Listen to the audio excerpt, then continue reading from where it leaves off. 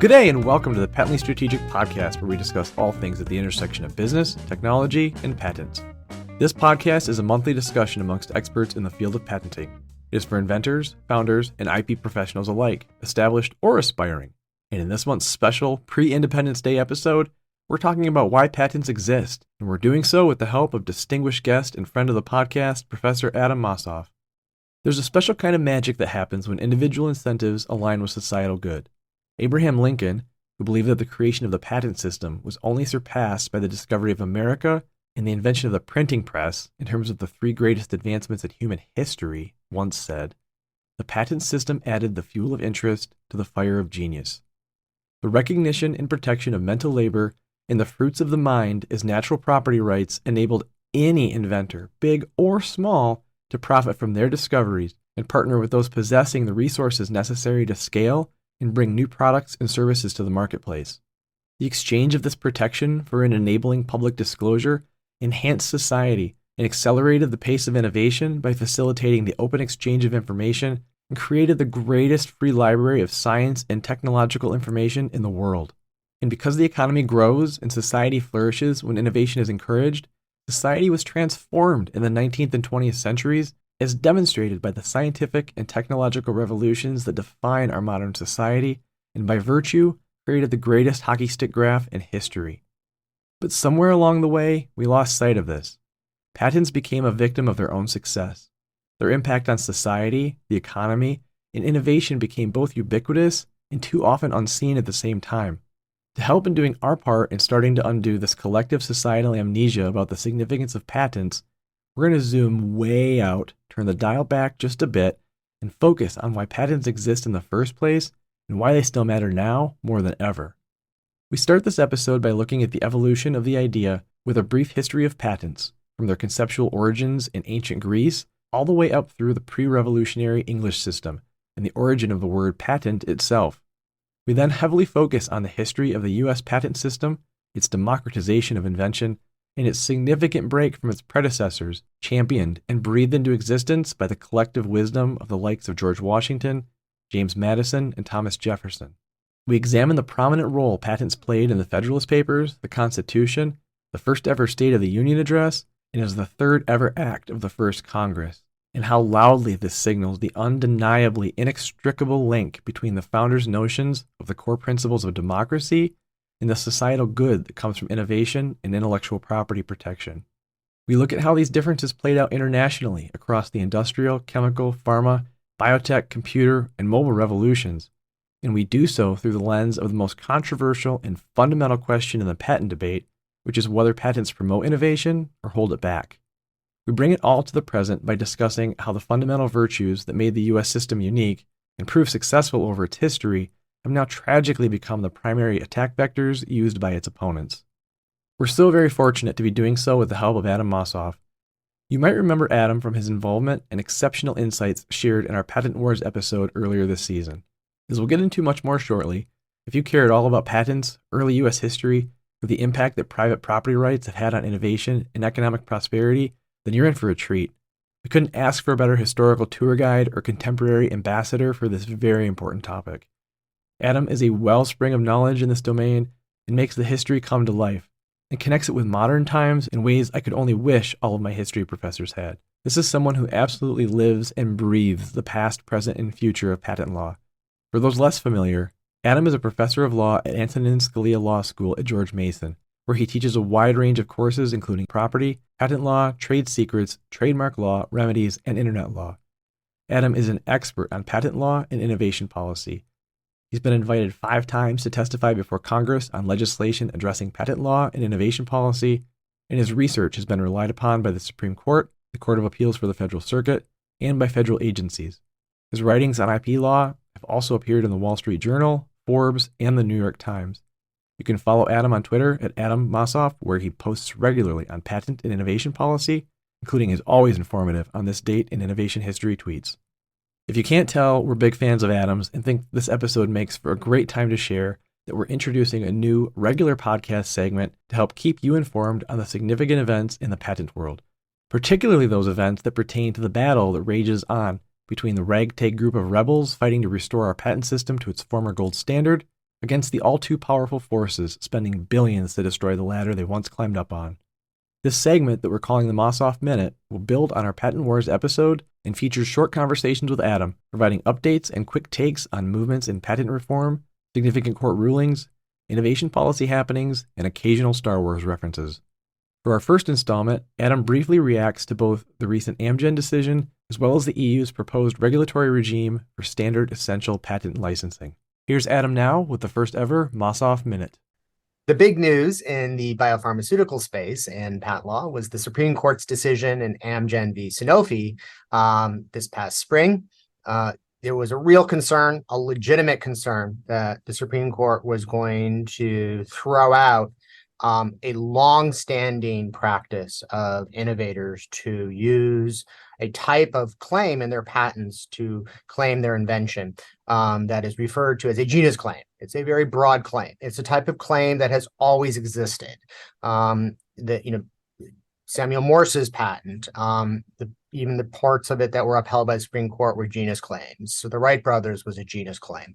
This is a key part of a patent document to drive innovation. It's been a key part of the way in which the United States has been a leader, an innovator itself in patent law, in providing inventors and innovators the ability to receive secure and reliable protection for their property rights and their new inventions. And the court was essentially being asked to overthrow these claims, to throw them out of patent law. In fact, the attorney for Sanofi explicitly said that during oral argument, that genus claims should be thrown out. Thankfully and luckily, the Supreme Court did not do that. It did not say that genus claims are inherently invalid or suspect or anything of that sort. Unfortunately, it did side with Sanofi in this case in limiting and restricting Amgen's patent, in this case on it. It's a biotech patent. But thankfully, it essentially reiterated, I think, what was longstanding law. It talked about the Morse case and Alexander Graham Bell's invention and the case that arose out of that. And I think it essentially reiterated that the court should continue to follow existing practice when it comes to both claiming and with respect to enablement and written description requirements, which was specifically what the case was about. But at the end of the day, it really addressed the way in which innovators could obtain full protection for their inventions. It would have been helpful if they had sided with Amgen. It would have been a much clearer signal to innovators. But given that they were being asked to throw out genus claims, and given the tenor of the U.S. Supreme Court's patent law decisions over the past 10 or 15 years, in which they have been rolling back patent rights, eliminating and narrowing the scope of patent protections provided to innovators in the United States, the decision actually was somewhat of a welcome relief of at least the court stepping back from that precipice that it usually is more than willing to jump off of in past decisions. The other big news in the global innovation economy was the surprise leak of a proposed draft regulation that the European Commission in the European Union, the EU, is considering, in which it would create and then impose this massive regulatory regime to be imposed upon the licensing and litigation of patents that cover standardized technologies like 4G, 5G, Wi-Fi, and things of this sort. The concern about this regulatory regime is that it would impose essentially price caps on licensing activities. It would use patent counting for essentially determining what should be your licensing royalties, and impose many other costs and hurdles on innovators to both license and ultimately necessarily litigate against infringers their patents that cover standardized technologies. These are called standard essential patents in patent law wonkish terminology. And this is a real concern because the issues have been litigated in courts, and the courts have been developing in Europe and elsewhere a fairly robust set of laws and have been developing the evidentiary rules for what counts as legitimate licensing. This is exactly what you would expect in evidence-based policymaking. It's ground up, it's courts receiving evidence, hearing arguments, and then ruling on the basis of the law given the evidence presented. In this instance, then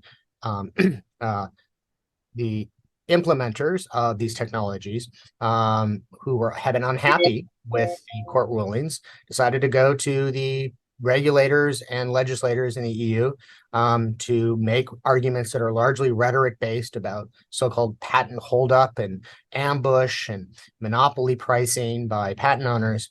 And while the policymakers and legislators may not have any ill will in their or bad intent, they're not constrained by rules of evidence and due process the way courts are, and they're more susceptible to being, unfortunately, misled by that type of rhetoric. And this is what has happened in this case. It's very significant. It could potentially impact the very foundations of our kind of modern high-tech global innovation economy, especially the mobile revolution, because these are patents that cover 5G and things of that sort.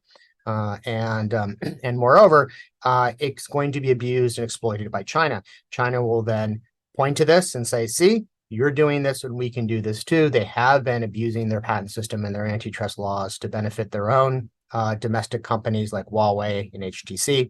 And they will exploit these types of developments in Europe, and if it occurs in the United States as well, to their own advantage, continuing their own abuse of their laws for their own domestic industrial policy purposes, on top of the continuing theft of innovation from the West as well.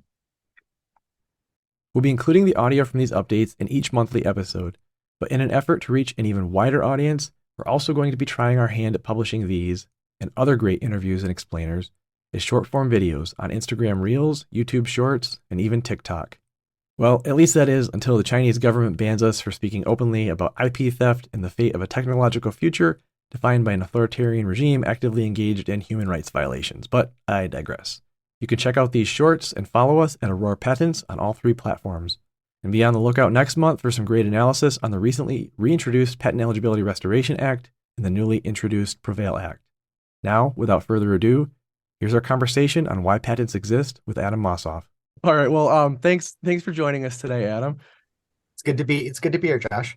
In one of the interviews that we did with you for the patent reform episode, you also said something then that made me realize that you're a pretty good person to talk to about all of this.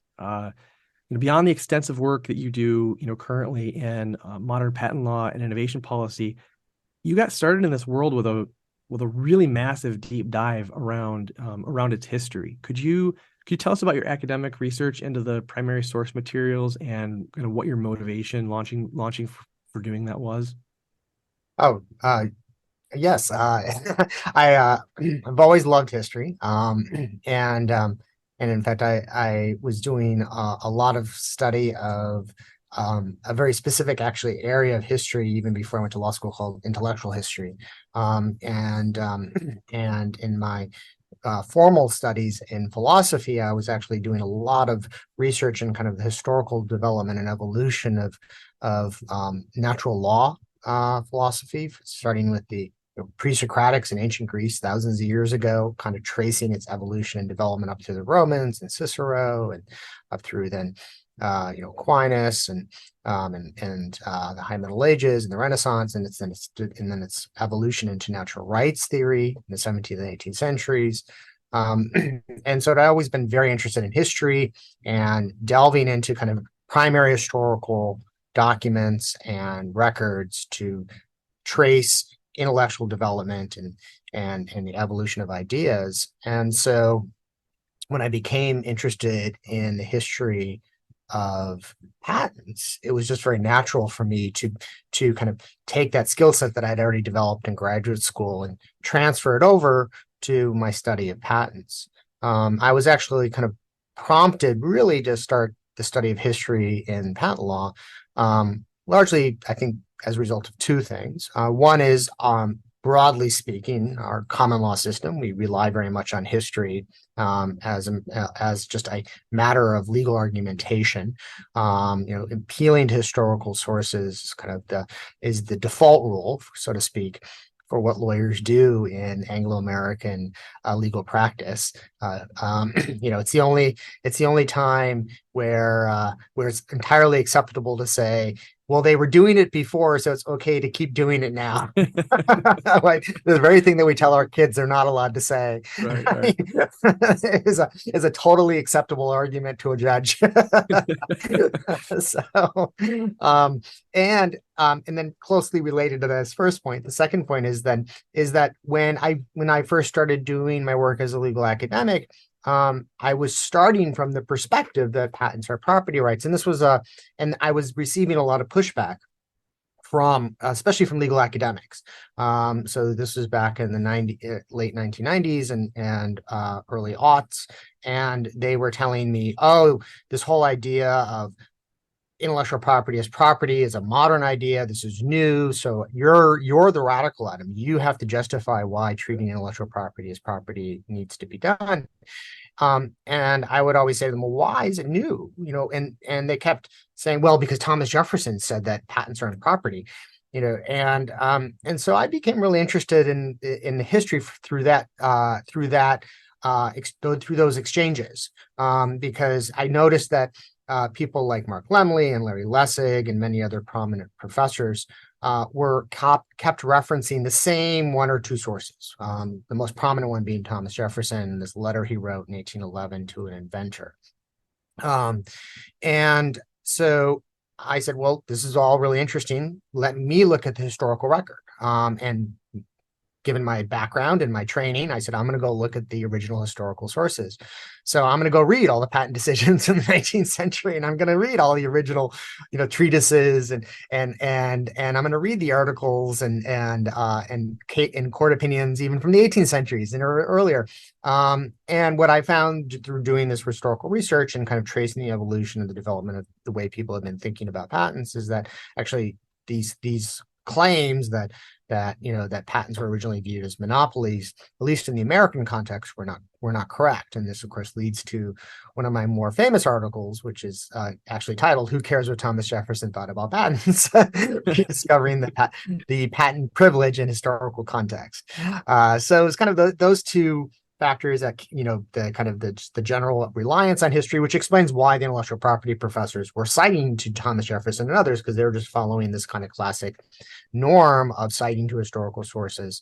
Of course, they're engaging in what legal historians refer to as law office history, which is not the true use of history, but the lawyer's use of history, where you selectively find any particular historical source or a case that happens to support a preconceived policy position you have. In this instance, they thought patents were monopolies, and so they were just looking for sources to support them in historical record, where I actually was like, I don't know what I'm going to find. When I started my historical research, I thought maybe Thomas Jefferson was, his views did reflect the dominant view at the time. And that's one of the really fun, cool things about doing historical research. It's a bit like, mining, it's a law, I sometimes refer to being in the law mines. You never know, what you're going to find when you start digging and reading the original sources. You have to keep an open mind about it. You have kind of a supposition or a theory that tells you what you think you might find, but you have to be honest and remain committed to what the actual factual sources are actually telling you as you're reading them. It's a lot of fun. There's another whole new layer to it too, which is the intellectual context of the earlier period is often very different from what we're reading, what now. One historian referred to doing historical research as a bit like visiting a foreign country, which makes it very dangerous, especially because you're reading text in English.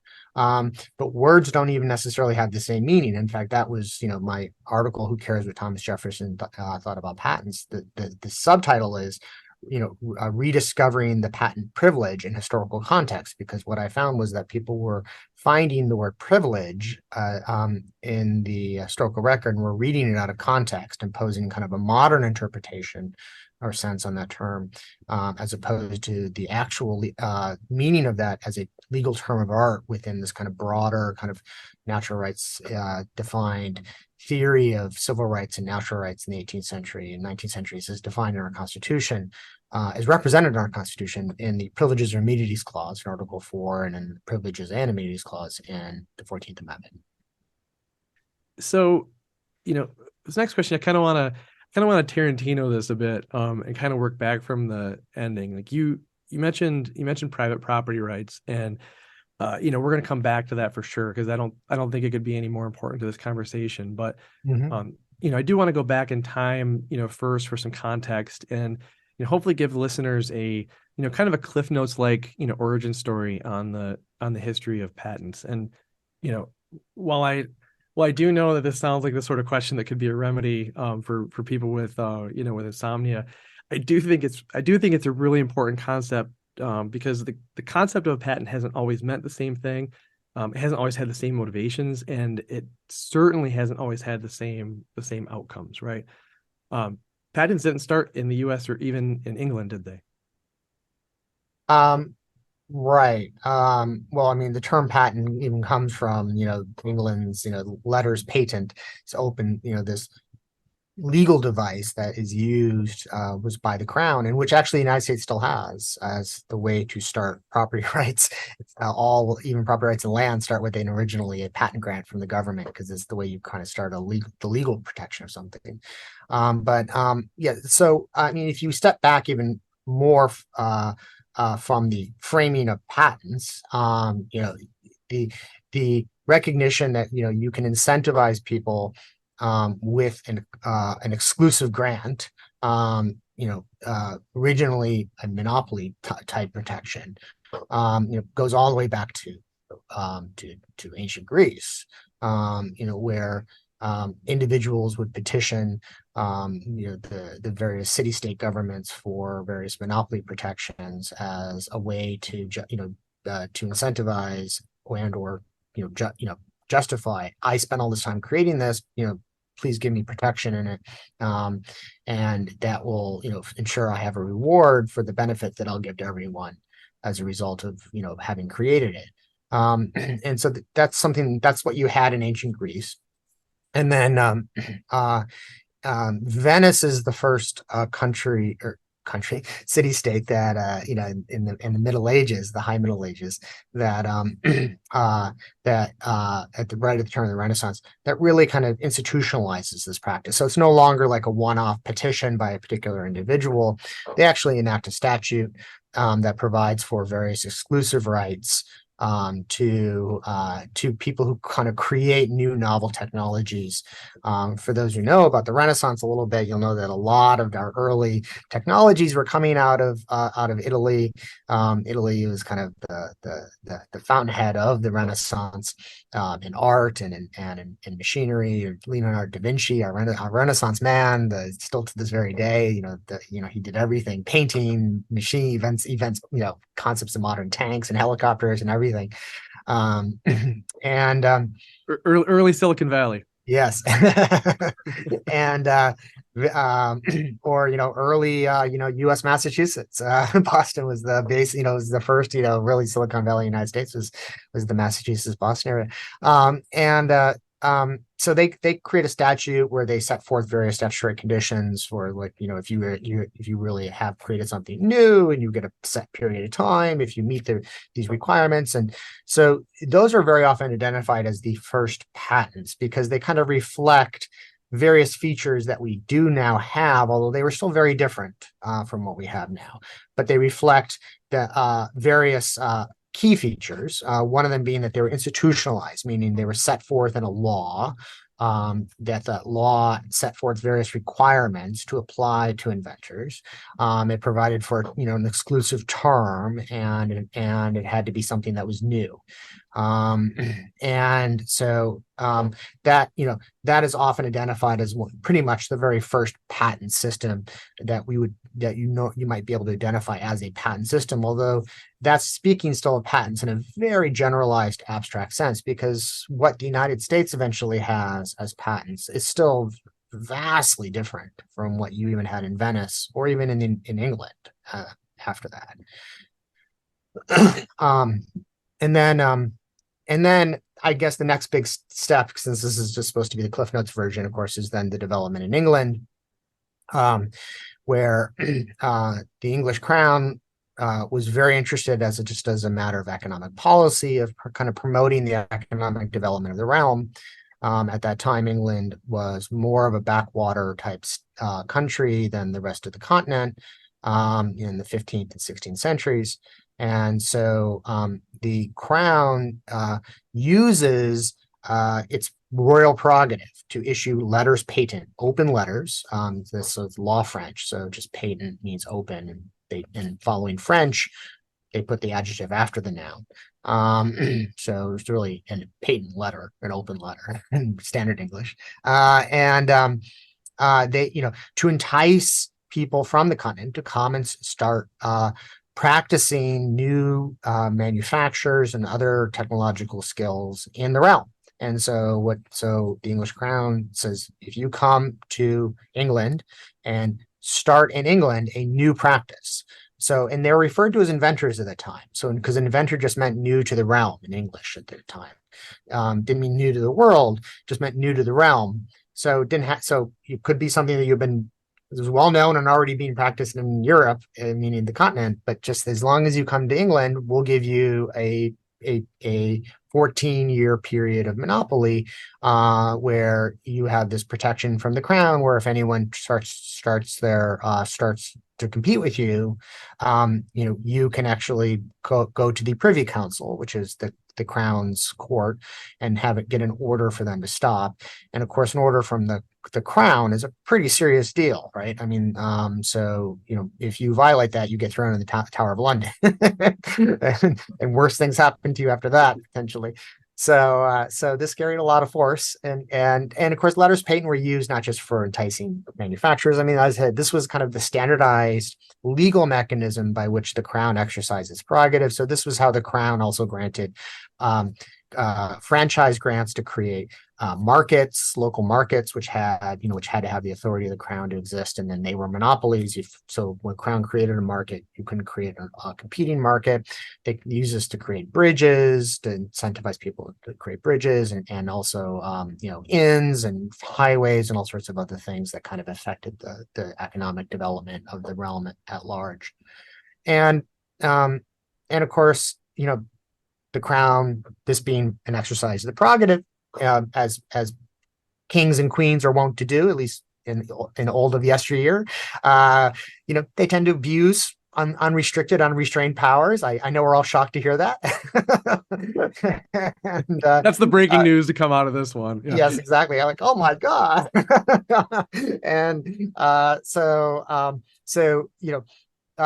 instead of granting these grants to people who were bringing new manufacturers over to England, Queen Elizabeth starts to give them to court favorites, and some of the more kind of infamous ones were playing card monopolies. It's like where there have been playing cards in England for a very long time, and she grants one to a man called Darcy, who was just a court favorite. And of course, he then starts to shut down other people making playing cards. And so this leads to and becomes part and parcel of the constitutional conflicts, actually. So patents played a very key part of what were wide-ranging constitutional conflicts in the 17th century. So England in the 17th century is a period rife with conflict, where they are defining and slowly imposing limits on the crown. And this is kind of pre-natural rights revolution. So they're largely fighting over what was then defined as the traditional rights of Englishmen. And at that time, the traditional rights of Englishmen were defined in terms of you could practice your trade. You could, you had a traditional right of it being an Englishman, you could practice your trade. And so if the crown gave a monopoly that shut down your trade, the crown was claiming a prerogative to do something that violated your traditional rights of being an Englishman. And so it's kind of cool that patents were kind of caught up in these broader constitutional debates in England about what's the scope of government power and what are the limitations on the government and what defines legitimate authorized government action. And through a few early court cases in the early 17th century, they try to impose some limits on the crown.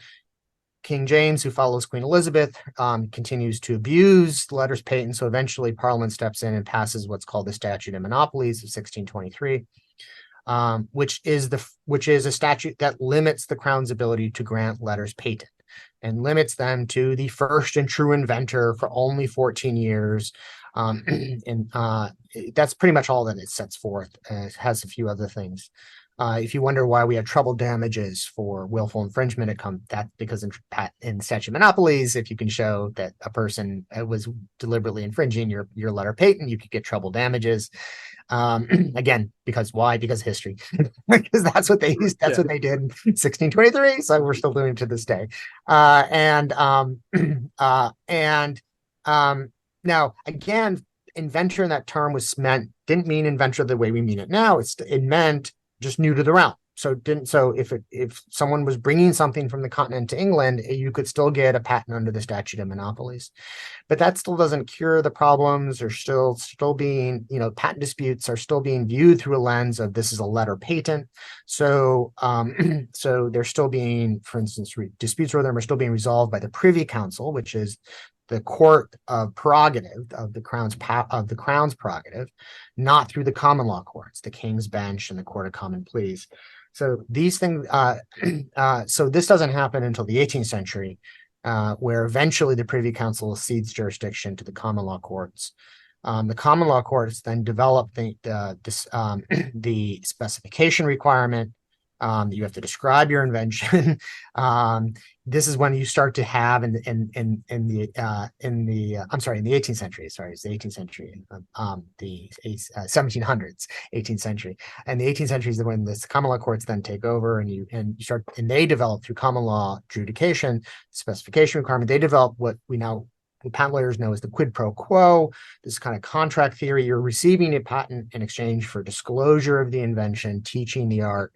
But through this process in England, they're still viewed and imbued as kind of being these personal monopoly grants, or at least they're no longer being defined as monopolies per se. They're now being recognized as property rights because that was the domain of the common law courts, but they're still being recognized as personal property rights. So this is still a grant from the crown, and it's a personal grant to you.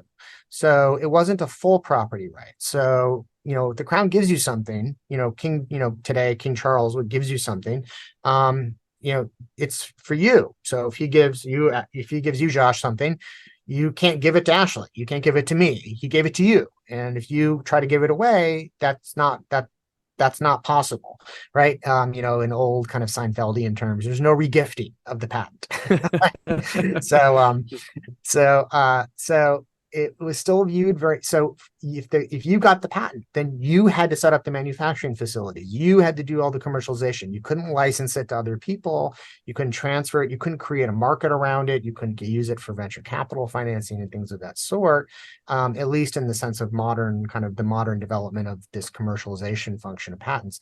This is all kind of what the United States embraces, because we in the United States say, no, patents, we're going to treat these like property rights, because we really have rejected this notion of a royal prerogative grant in any way, shape, or form that's personal to someone.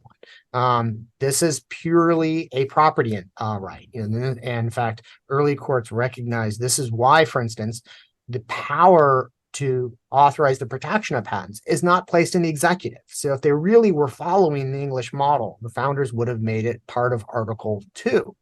But they put in Article 1, the power of Congress as the representatives of the people to protect their rights.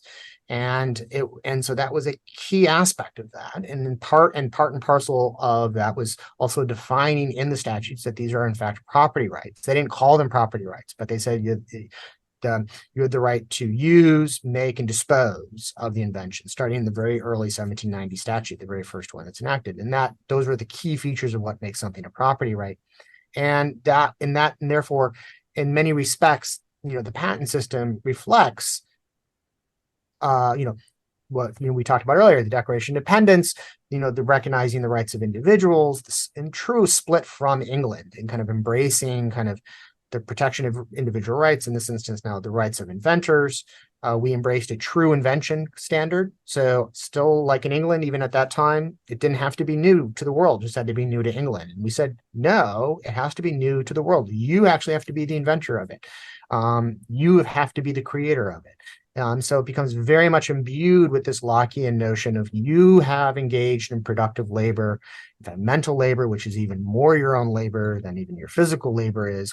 And and that's what creates this entitlement that you have to have a right protected by the government, and that right is a property right, and that's key and essential to a free and flourishing society. Yeah, thank you. That's Sorry, you asked a long question. No, that's okay. That's quite all right.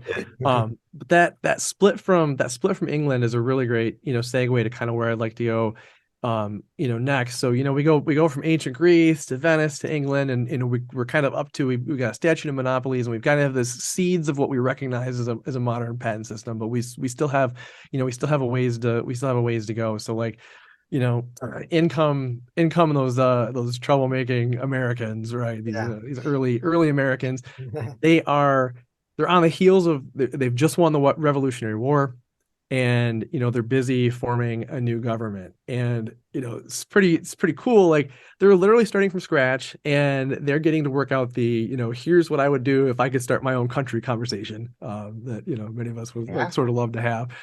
But it's not in the hypothetical on Twitter, right? Or a cocktail party conversation. Like, the stakes could simply not be higher, right? Like, they had just fought a bloody revolution, and now they're trying to come up with like enduring political structures, and trying to jumpstart an economy, right? Because they want this thing to last. And so there are clearly a lot of really important decisions to be made. But interestingly, right towards the top of that list for them is securing intellectual property rights to promote innovation.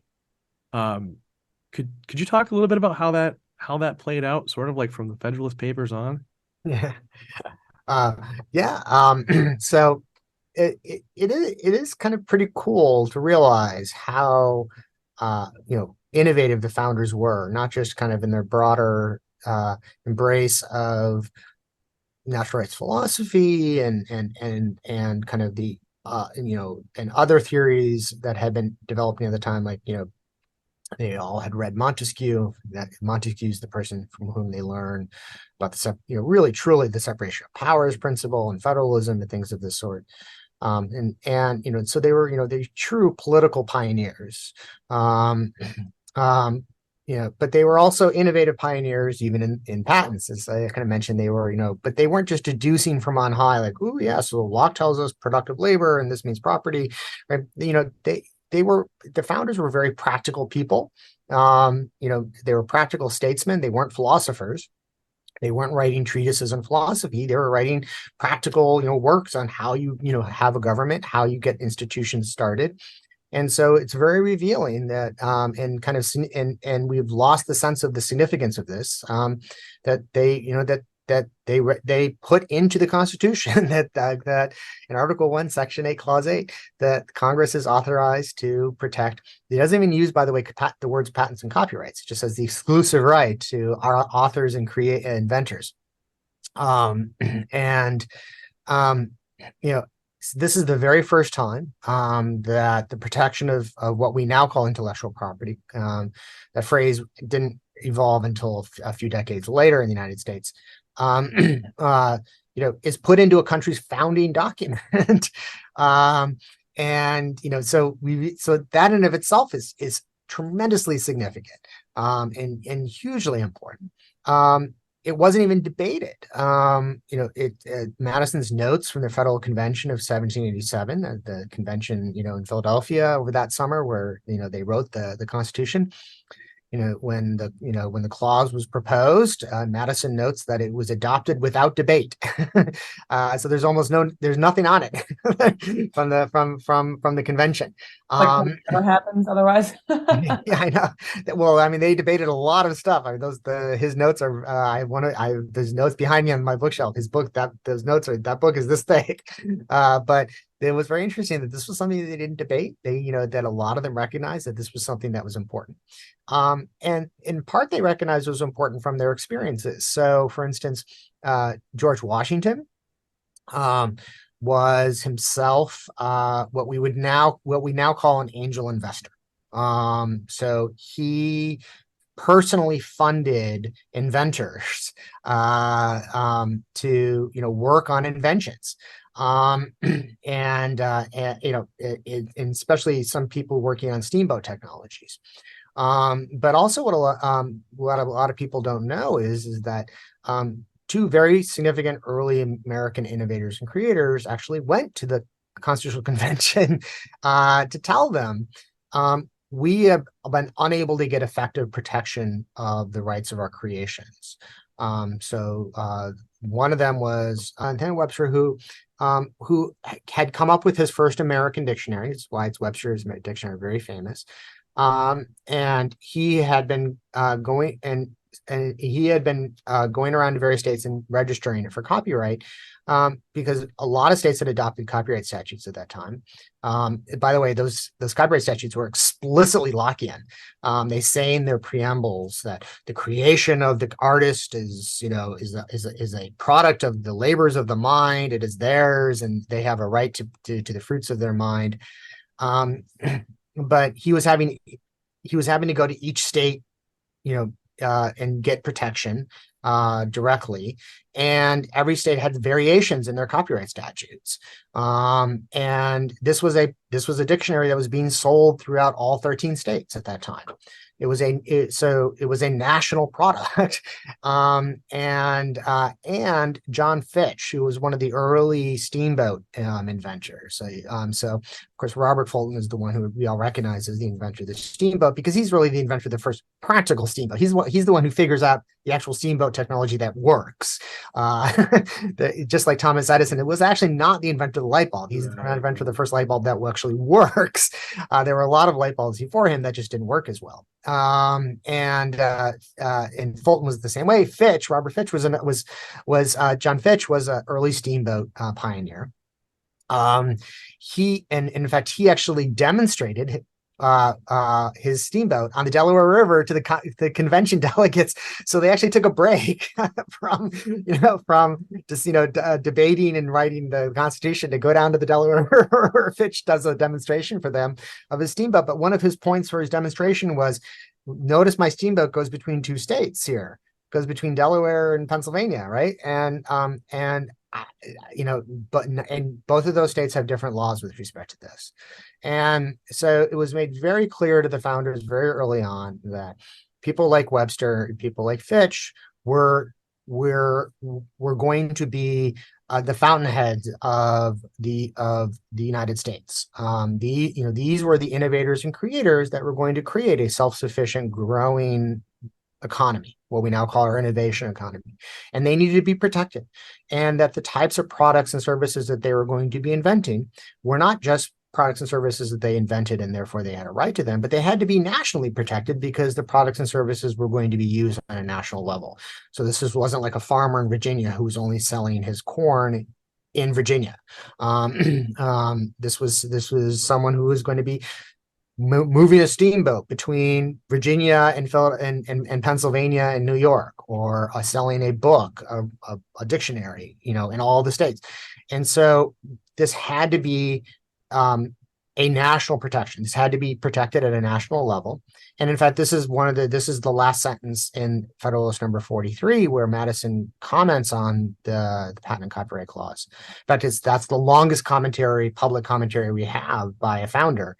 Or by a framer, I should say, because Jefferson's not a framer. He was in France at the time, but is the 5 or 6 sentences that we have in Federalist Papers number 43, where Madison says at the very end of it, he says, the states cannot provide effectual protection for inventions and artistic works, and so it has to be protected at the national level. This is after, of course, he gives his fundamental policy justification, that these are actually fundamental property rights. He also says that, like, it's basically self-evident, right, that these things would I think scarcely be questioned. He says the utility of this. So that's his first sentence. So in Federalist number 43, which is about the powers delegated to Congress more generally in Article 1, Section 8. So that's Article 1, Section 8 is the section of the Constitution where Congress is authorized to all of its powers that it has no other powers outside of that section. So that's where Congress can create an army and a navy. It can create a post office. It can declare war. It can print money. And by the way, this is where patents and copyrights are put, right? This is on par with the creation of an army and a navy to protect our rights as a country, right? This is where they are, Congress is given the authority to borrow money, right? This is where Congress is given the authority to create courts. Congress creates the only court that is mandated by the Constitution is the Supreme Court of the United States. All other courts are created by statute by Congress. The creating the courts to resolve our disputes, right? So this tells you how significant patents and copyrights are viewed by the founders. So in this Federalist 43 is part of a couple essays where he's just kind of giving short little summaries and descriptions of these various powers. One of them is Article 1, Section 8, Clause 8, which is the patent and copyright clause, or sometimes called the patent and copyright clause. And the very first sentence of this is, the utility of this power will scarcely be questioned, which shows you Madison's failure of imagination. but also how deeply baked into them that this was self-evident and didn't warrant a whole lot of conversation. Yeah. Well, because then he says, well, in the next sentence he says, the right of authors at common law has already been recognized in England. And by the way, what he means there is that the copyright is a property right. And then he says, the very next sentence, he says, the rights of inventors are justified in this on the same grounds, even though they were statutory in England, not at common law, and statute of monopolies. And then the very next sentence, he says, this in both cases being patents and copyrights, the claims of the individual and the public good fully coincide. Which is this, really important recognition of the founders that protection of the core rights of life, liberty, and property is not just in the interest of the individuals. This is the basis of how you have a flourishing society. And that they viewed them as intimately linked and going hand in hand. And this is, in fact, I think captured beautifully by the Declaration of Independence that Josh referenced earlier, where Jefferson says the right to life, liberty, and the pursuit of happiness. And they really meant that. Now they saw property as necessarily part of that logical progression. So he was kind of jumping over property, not because he was downplaying it in any sense. He was just getting to the ultimate goal, because for them, they didn't think of property, individual rights, as being some type of kind of abstract moral duty that had zero connection to one's life. They viewed this as fundamentally part of what it means to not just live a happy life as an individual, but that all of the happy lives as individuals add up to a flourishing society that is peaceful and growing and successful. And the proof is in the pudding. This is what what we've had, and so this is clearly how they're viewing patents through this framework that they viewed all rights, and particularly property rights, through. That this was something that was key and necessary. That the good and the practical go hand in hand. And this is something, by the way, that is deeply part of Western philosophy, reaching all the way back to the Greeks, right? So, going back to Aristotle, the whole point of living a good life, the whole point of virtue is, in Aristotle's terms, eudaimonia, which used to be translated as happiness, but that in English doesn't really capture fully, because we think of happiness as more of a feeling and it can be fleeting. So it's now translated more precisely as flourishing. Which captures more broadly that kind of it's happiness over the long term in all senses of it, not just physical success, but also kind of spiritual and emotional achievement. And and that's what protection of rights leads to and secures for us. And they clearly viewed patents as part of this. That's why they put it in the Constitution. They saw this as connecting deeply with the success of individuals and the success of our country. And literally the only place the word right appears in the Constitution. Yes, which is significant. It's hugely significant. Yeah, it's tremendously significant, right? Because, the pre-Bill of Rights. So, the Constitution is written in 1787 before the Bill of Rights is adopted in 1790. It's the only place where the word right is you'll ever find. Yeah. So flash forward a little bit. We've got a constitution in place. Washington's delivering the first ever State of the Union. It's a pretty short address, but what's one of the things he asks Congress to do? To immediately pass patent and copyright statutes. Again, because like I said, he was an innovator himself. He understood, the importance of innovators as driving the U.S. economy, of helping make us an economically independent country, and ultimately being a key to our success as a flourishing society. And as I said, he understood this through his own kind of investment activities. Washington wasn't an inventor. Jefferson was an inventor, and he understood this as well, which is why he was also put on the first committee to review patent applications. But Washington also, he deeply understood the importance of this as well. So, so the first recipient of multiple patents is a man named Oliver Evans, who received a whole slew of different patents. The very first recipient of the very first patent, Samuel Hopkins, licensed his patents. And one of his patents was on a new process of manufacturing. Excuse me. And Washington has a mill at Mount Vernon. In fact, you can still visit that mill. It's still there. At the mill, he wanted to use Evans' process. He was president at the time. Now, in England, when the government grants a patent, the government officials have an automatic, it was called at that time the Crown's right or the Crown's privilege. Essentially, what the Crown giveth, the Crown can use it and taketh away. So the idea was, I'm giving you this privilege, and it's my privilege to give, so I get to use it too. That's part and part of what it means to be a privilege, right? It's like, what do we as parents, your kids, right? The dad tax, right? I'm gonna take a little bit of your food. Right? We talk about this often. Yes, I'm gonna have a little sip of your soda. But the United States immediately said, no, these are property rights. We have to respect these. And so Washington, as president, enters into a license agreement with Evans to use his patent in technology in his mill. Like I said, he could have, as the president, used it, right, and claimed, I'm the president, I'm using it as president, it helps me as president, But even then, he was George Washington.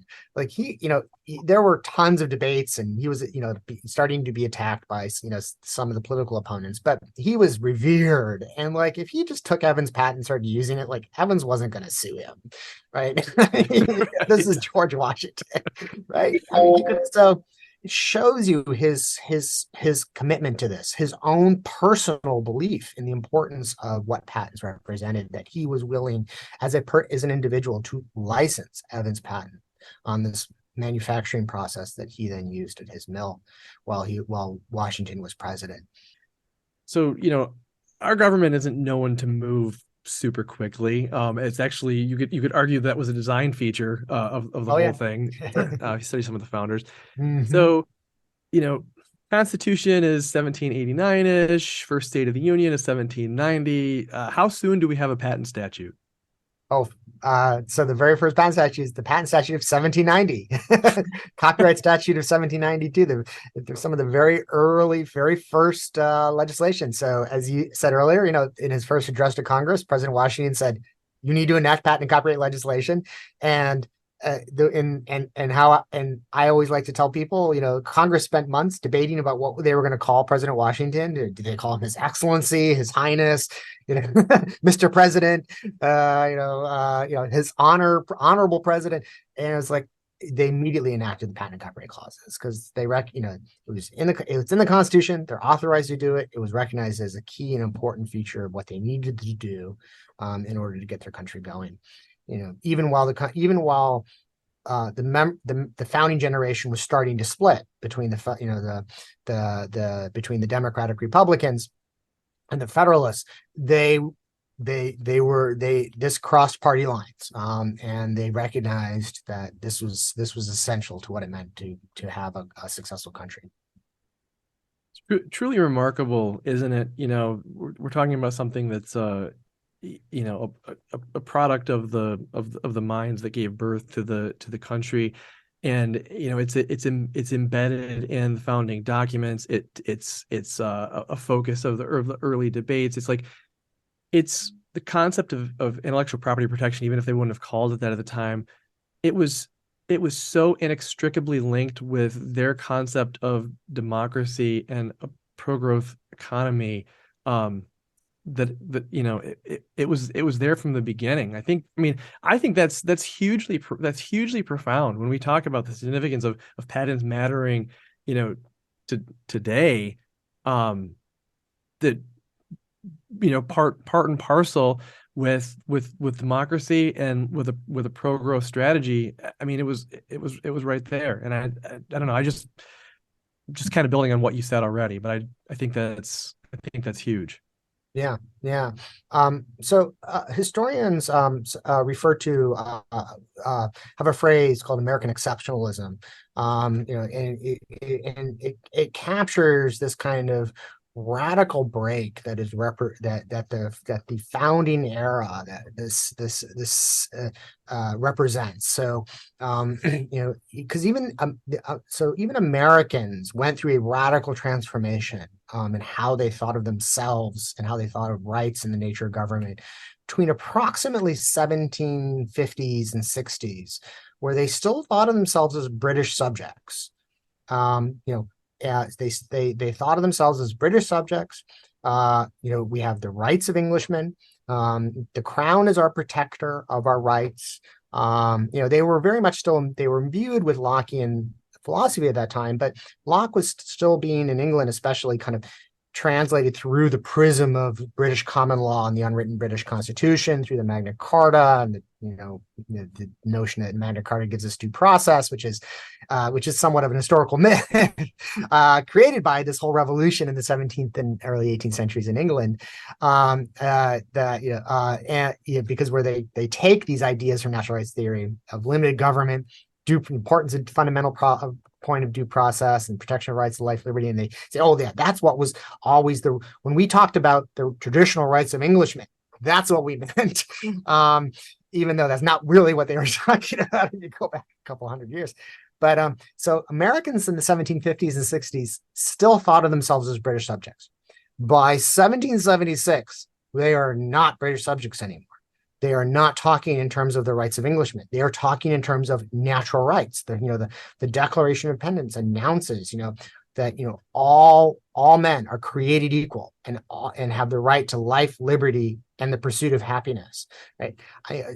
And so this kind of radical transformation is exceptional. It becomes exceptional to the United States, and and to this very day, it still represents a very different mindset. It's come to dominate the rights revolution, much of how the world thinks, but it starts in the United States. And what a lot of kind of people today don't remember, because we're so caught up in the various technical details and specific aspects of the patent system and the particular details of the patent fights, is the patent system was very much part of American exceptionalism. It was not like this kind of continuation of, oh yeah, well, they were just we were just taking this from England because this is what we're doing. One sees this often in a lot of, Supreme Court opinions and in professors' articles. There's always this throwaway line that, oh yeah, the U.S. just kind of picked up the patent system from England. Well, yeah, we did, in the same sense we picked up our government from England too. We have aspects of our government from England, but we also changed a lot of our government, and we did the same in our patent system. And I've mentioned some of it. The shift from a personal privilege grant to a property right. Property right meaning something is commercializable, but Josh, you mentioned it too. They viewed the protection of patents as part and parcel of the broader framework of the protection of the rights of life, liberty, and property through the rule of law and through the institutions of government that are stable and are accessible to all individuals and are defined by the rule of law and by due process. So they were accessible to all individuals. Any person could invent. You didn't have to be an aristocrat. You didn't have to be someone, with history. Any person could invent. And so Samuel Hopkins and Oliver Evans, these were just general, regular people. But they treated patents like they treated the function of government to protect property rights and land, in the sense of it was very easy to go to the county recording office and to file your claim to claim to create a title deed through a patent grant through the state government, by showing I've been laboring on this land. I'll file an affidavit that says I've been farming this land and now it's mine, or through the Homestead Act, which is set up a very specific process of farming and maintaining land for 5 years, and then you would file an affidavit and things of the sort, and for a few dollars you would then get the title deed. And they replicated that in the patent system for the exact same reasons. They're like, this is what creates the right to the patent is the action itself of creating the invention, and that is simply the job of the government to recognize that right. Now the legal right doesn't exist until the government secures it, but the moral claim exists. And in fact, this is what I found in the older cases. These are things people miss because we've lost a lot of the framework in terms of art that they used in the 18th and 19th centuries. So early American legal scholars and judges and congresspersons thought in this term in the distinction between what they refer to as inchoate rights and coate rights. Inchoate right were your moral rights, your rights of life, liberty, property, contract, rights that arose as rights, and they were inchoate insofar as they weren't secured under the law. And so the job of the law was to perfect your inchoate rights by making them coate, by then securing them under the law and making them truly protectable to you through the institution whose job is to protect your rights. And they provide that exact same framework. So Chief Justice Marshall and others talk about the act of invention as creating the inchoate right to a patent, to which then the inventor perfects by securing a patent and therefore making their right coate. So, Josh, you're exactly right. This was just viewed as part and parcel of having a government that protects all people's rights, and protects them equally and through institutions that are accessible to all through through due process. You just hit on this some in talking about it not being remembered how radical of a break the U.S. system was from the English system. I'd love it if you could elaborate more on the specifics of that departure. Like, what was unique about the early U.S. system, and how did it solve some of the biggest problems that came with its predecessors we talked about, and particularly the English system? Yeah. So, I often contrast the U.S. against the English system, and I make the English system look bad, but the English system was good too, because you have to see what the English system, what came before it, right? So each stage, the next stage is better than what came before it. So the English were, innovative and very far-sighted for their context, right? So, in recognizing that we have to take patents out of this kind of domain of pure, unadulterated, willy-nilly, arbitrary, the prerogative of the crown. Put it in a statute, define it, get it into the common law courts, and start protecting it in some aspects like a property right, making an exclusive right that is protectable to the person. But like I said, it still had vestiges of this kind of royal prerogative that it arose out of.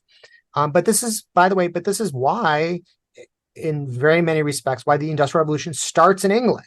And historians and scholars have recognized this. The evolution of steam engine technology and many other technologies were protected by patents. And these were significant advances over the types of personal privilege grants and or no protections whatsoever, or the kind of the guild system protections that had existed through the Middle Ages and up through some aspects of that time period before. And so, the English system wasn't advanced, but it had limitations. And as I said, it still had these vestiges of a personal grant from the crown.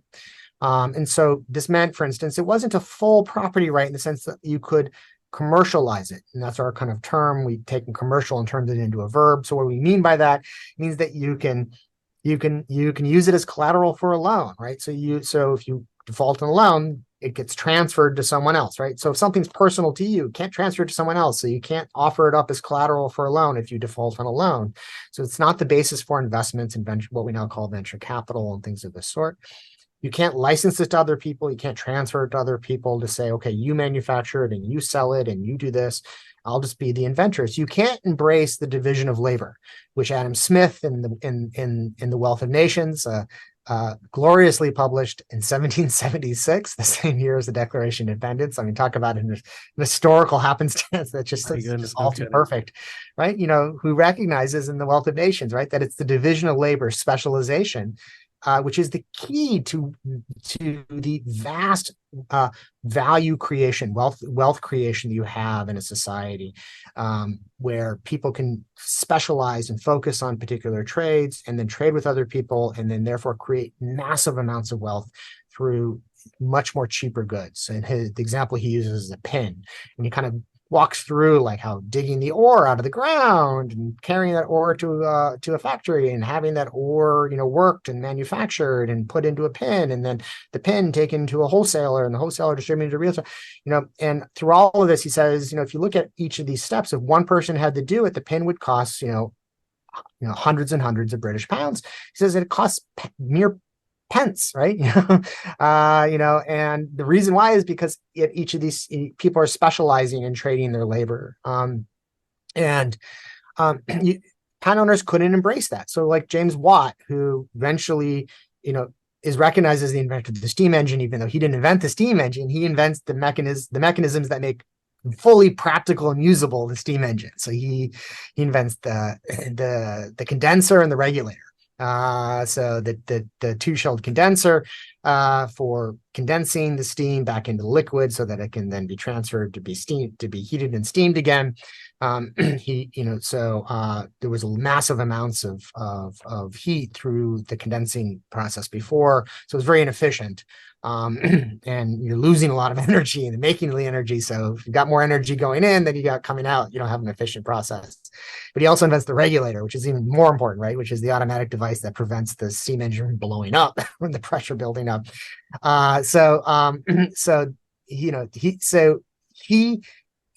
James Watt was he was like the equivalent of an academic researcher. He wasn't a business person. He wasn't, but he got the patent, but the patent was for him, James Watt. So he had to team up with Bolton, who was the businessman. He couldn't just transfer his patent to Bolton because wasn't allowed in the 18th century in England, because it's a legal property right, but it's a property right that comes from the crown. So it's still a personal privilege property right.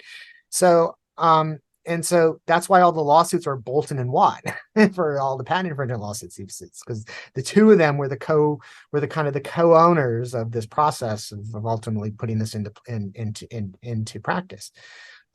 So it still had all of these vestiges. It also still had the vestiges of this kind of prerogative process. So, as I mentioned earlier, right, originally disputes over patents were decided by the Privy Council, which was the special king's court. And and patents themselves were issued by the king's chancellors, and these things weren't written down. They weren't governed by statutes, because this was still something that the crown basically decided how I'm going to do this. And it was extremely expensive. And basically, if you think of it, who had, the access to the king's court and the massive amounts of money to pay for getting the chancellor to review your patent application and things of the sort? So this was largely limited to the aristocrats, or at least the nouveau riche. And so your average, British subject, your peasant and things of the sort, they didn't really have access to the system in any meaningful way. It was really a system for the wealthy, and the elite, right? The established. One of the things I think is super cool, because that's the system it came out of. Because it came out of Queen Elizabeth looking around her court saying, "Yeah, you, Darcy, I like you. You've been, kissing my ass really nicely. So I'm going to give you a patent grant."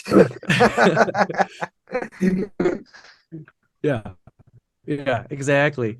I think it's pretty cool because they went a step further though, right? Like beyond making it, affordable for anybody. The language actually said that, patents could be granted to he, she, or they. So beyond like not just being opening up beyond the wealthy, this was a time when, women, people of color, like couldn't own property, or vote, and like we've opened up the patent system. Yeah, so exactly, right. So all of this was building up to what, getting more into the nitty-gritty details of how significant of a break the U.S. patent system was from England, and why it's part and parcel of American exceptionalism, because they really did shed all of these leftover vestiges of the royal prerogative. As I said, they put the authority to secure patents in Congress, not the executive. They would have put it in the executive if they wanted to continue to follow these practices. Congress, as the people's representative, enacted a statute that applies to every individual. As you said, it says he, she, and they, recognizing multiple inventors, or men and women. They made, and as I said, they created processes, right? So even when they created, even under the initial 3-person commission that they created to review patent applications, right, it wasn't this expensive process where, and they were, and Jefferson and the other individuals who were on the committee were setting out various procedures and requirements for what people had to do to submit to them. And these procedures were being written down and were being eventually, and some of them were eventually codified in the 1793 Patent Act. And in fact, the Patent Office is the very first regulatory agency that's created by the federal government, because eventually they said, look, the Secretary of State and the Secretary, this is too much. We had too many other job responsibilities. We can't be reviewing patent applications. So we need to put this in a separate office that's run by an individual whose designated job to do this, the Commissioner of Patents. But they created this office through the prism of it has to be governed by the rule of law.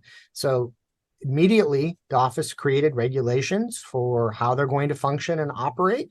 They set fee rates at very low levels. They allowed anyone to apply, and historians have found patents that were filed by slaves, because they were an individual who invented something, and they filed for the patent. Their name had to be on the patent grant. There was other cases of slave owners like lying and claiming to have invented something their slaves invented, but they were lying, and if they had been found out, that those patents would have been invalidated. It's only after the fact that we now know this. They created, the true invention standard. Like, this really is, it has to be novel to you. You actually have to be the inventor of this. So if we find, what we now call prior art, this wasn't a term that really had that yet, but if you find prior art in some obscure corner of the world, that counts. And there's a story, that Isaac Singer, when he was in his patent battles with Elias Howe over in the start of the sewing machine war in the 1850s, that he allegedly went so far as trying to find prior art in China to try to invalidate Howe's patent. I mean, so they took it really seriously, and the courts recognize this. So England continuing also to follow the idea that this is not fully, at the end of the day, rooted in kind of a Lockean theory that you produced this, you're the inventor of it. England followed a first to file system. So you didn't have to be the real inventor of it. You just had to be the first person to file for the patent. And Charles Goodyear, who's the person who invents the process for making stable rubber, as we now know it, he calls it the vulcanized rubber. Vulcanization meaning heating. It was a heating process involving chemicals. He actually lost his patent in England because he made the mistake of sending a chunk of his rubber to an English scientist at that time who was also researching the project. His scientist reverse engineered his process and beat him to the British Patent Office and filed for patent. And when Goodyear filed for his patent in England, and then sued, saying, I get the right to the patent. The English courts were like, yeah, you Americans, you think you get the patent, you don't. This guy beat you. You were first to file. And this was written up in newspapers at the time, and people really were angry about it. They're like, this is one of the reasons why we break from England, is because here we protect the real rights of real inventors. By the way, Charles Goodyear is your good example. He was just this crazy guy. He wasn't rich. He was actually very poor. He invented the process of vulcanizing rubber in the kitchen. The story is he ruined his wife's pots and pans because he was using his stove. He was just this destitute little person in this little town in Connecticut, coming out of nowhere, and he comes up. He finds the solution to actually what was a vast technological and economic problem at the time. I mean, in fact, the equivalent of hundreds of millions of dollars had already been lost in people investing in other people's claims to have solved the problem of creating this kind of stable product of rubber. That doesn't become brittle when it becomes cold, and melt when it becomes hot. And he kind of came out of nowhere. In fact, when he first came out of nowhere with his patent, people didn't believe it, because there was, in the early 1830s, there was kind of their own version of what we know, of our .com bubble at the early, the turn of the 21st century. Where people had invested in all these people who claimed to have solved the problem, and people had lost a lot of money. And so when he kind of came out of nowhere with his solution, people are like, I don't believe you. And his published patent actually helped him, because he was able to say, well, look at my patent. You can read my patent. You can make the invention. And he was willing to license to other people to make it, and they were willing to take the risk and invest in it. And the rest is history, in terms of driving the Industrial Revolution.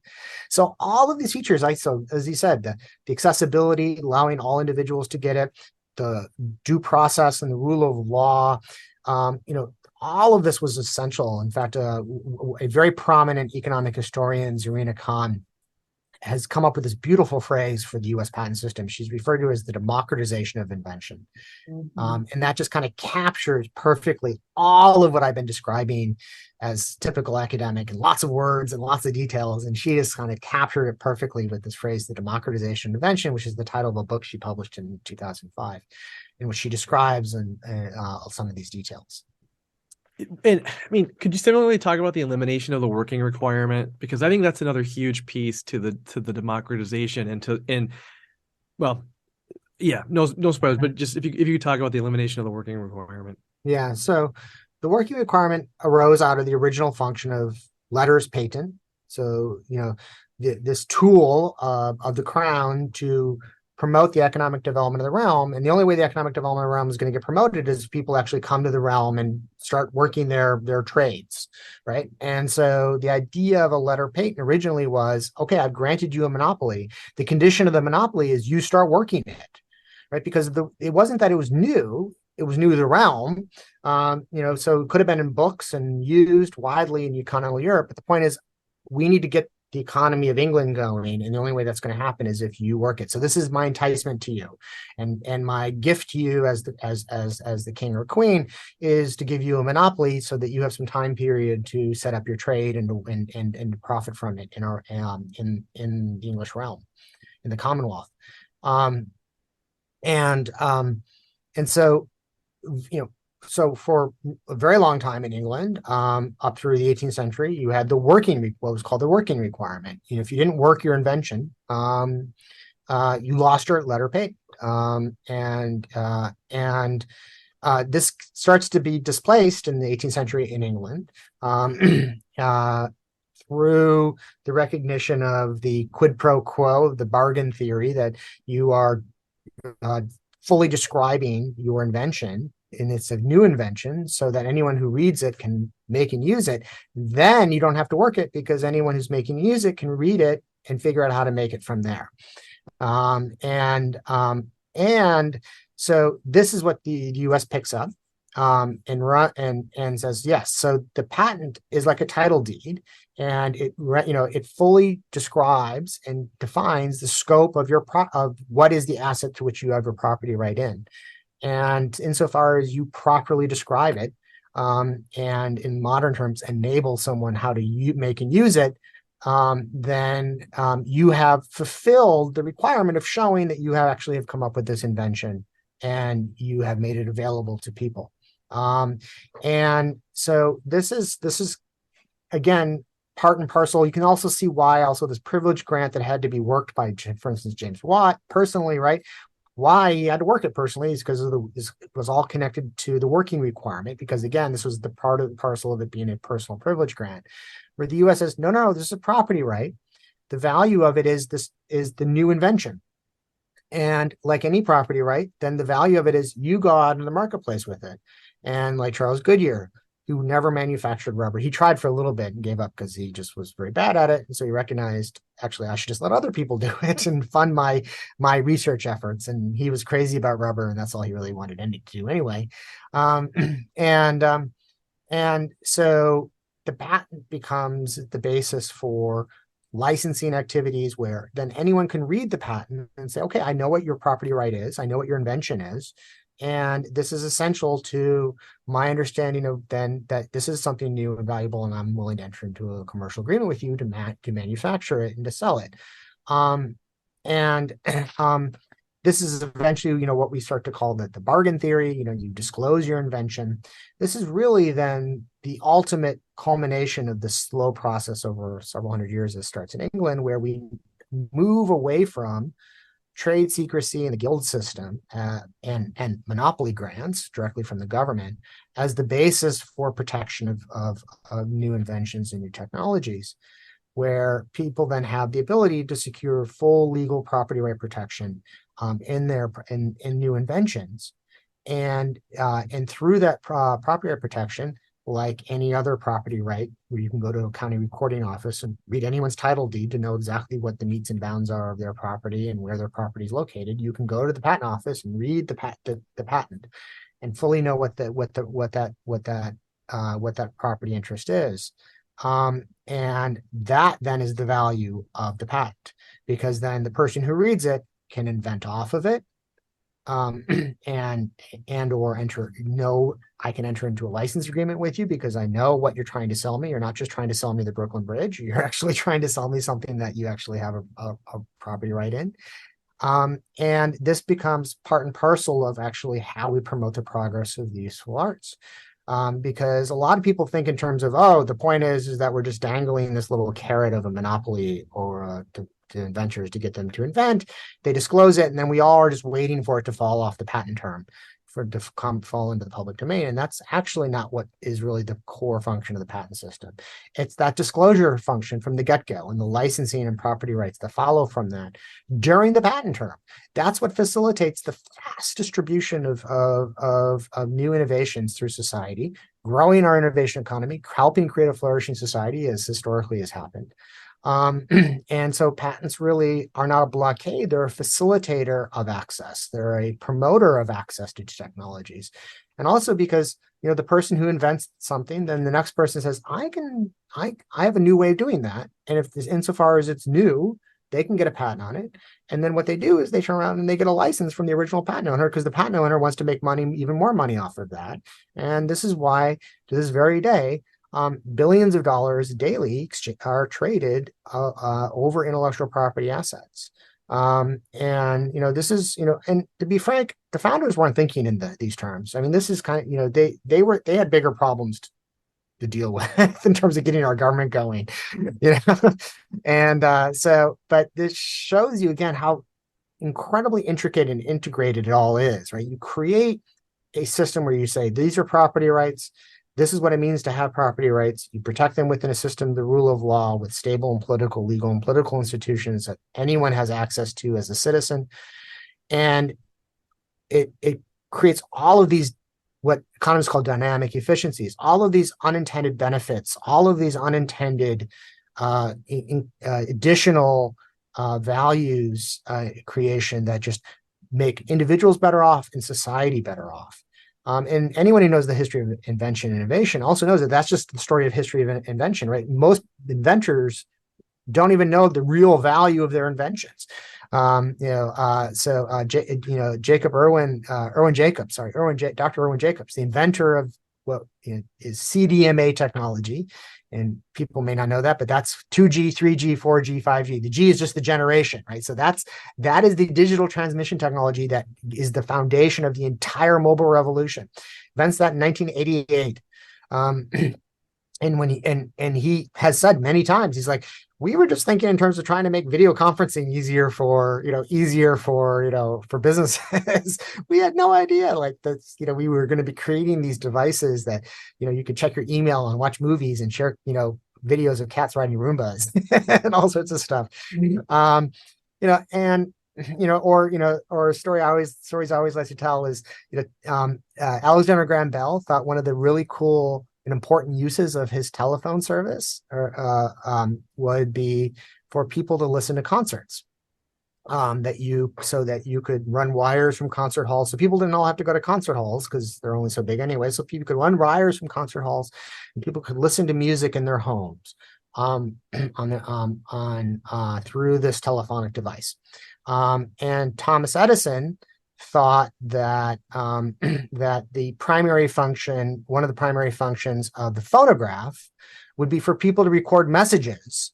So instead of writing long letters, you would use the phonograph, record essentially a version of a recording, voicemail message for someone, right? And give the phonograph to someone, and they would take it to the other person and they would play it back and listen to it, right? So he thought of as a way that people would transmit information. Business persons would more easily and efficiently communicate with each other. What actually happens? Actually, the telephone becomes the device by which business people actually more efficiently and easily communicate information to each other. And what does the phonograph become? The phonograph becomes, the record player becomes the device by which people listen to music in their homes. So even the inventors don't even realize where their technologies are going to go and how it's deployed in the marketplace. It's amazing, isn't it?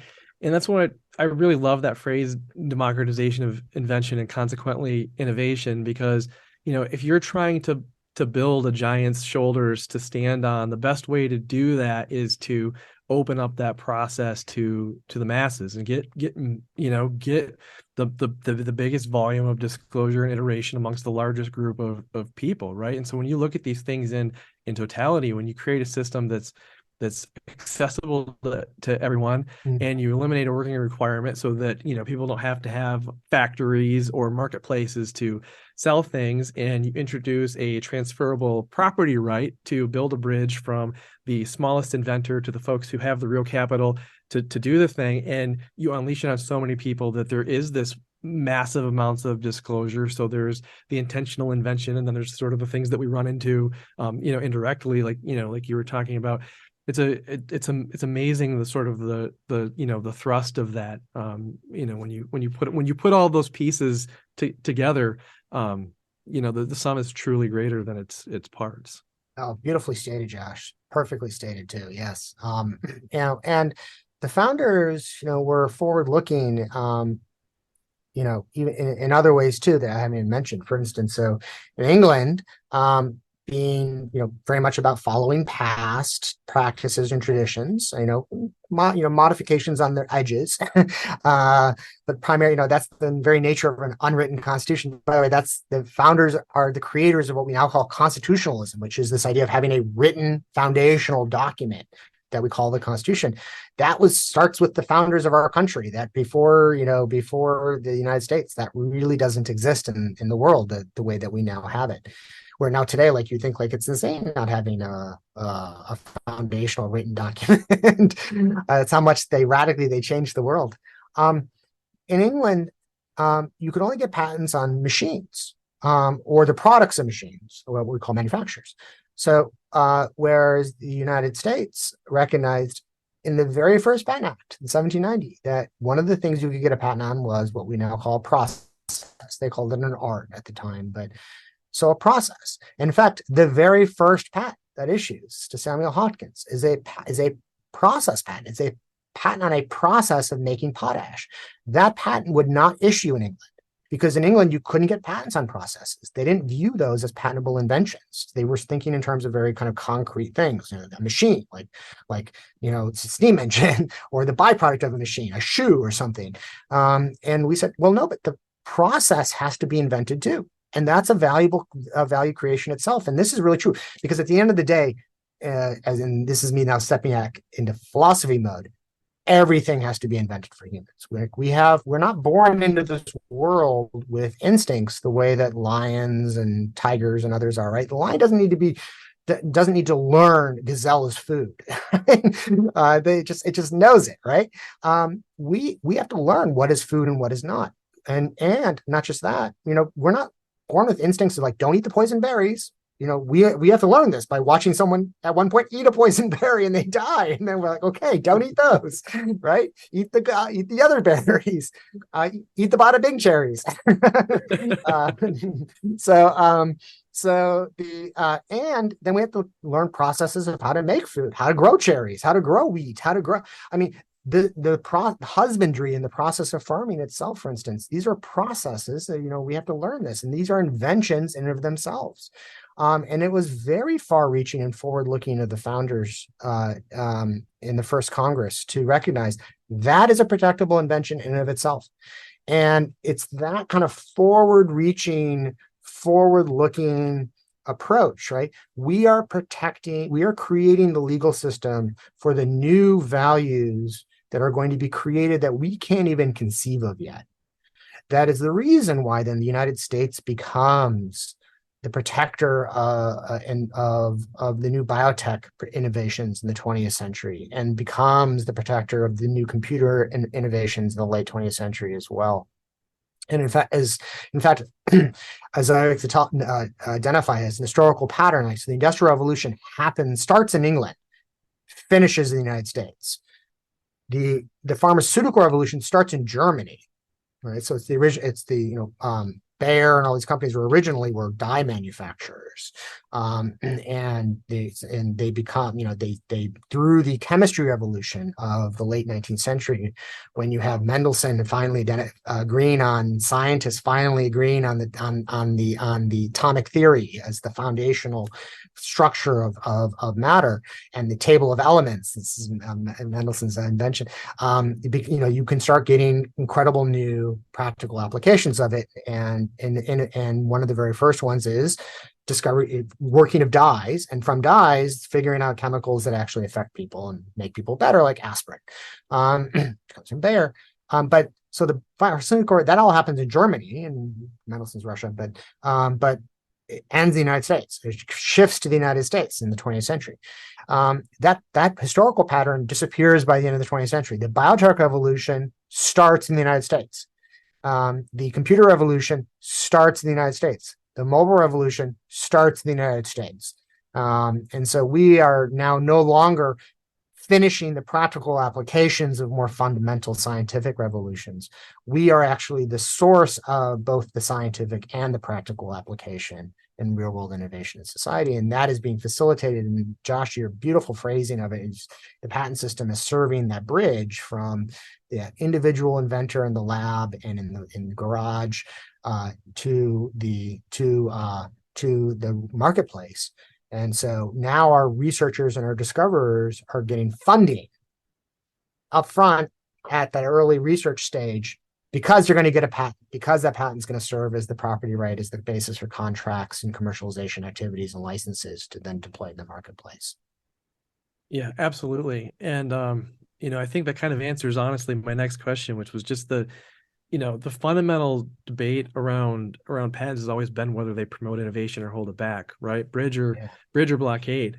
And certainly some of the earlier systems we talked about weren't necessarily economic accelerants. You could argue that it was like early crony capitalism to some extent with some of the stuff that was going on with in England and whatnot. But like, how do you feel economists and historians look at the economic and innovation impacts of America's experiment in this sort of democratizing of the patent system?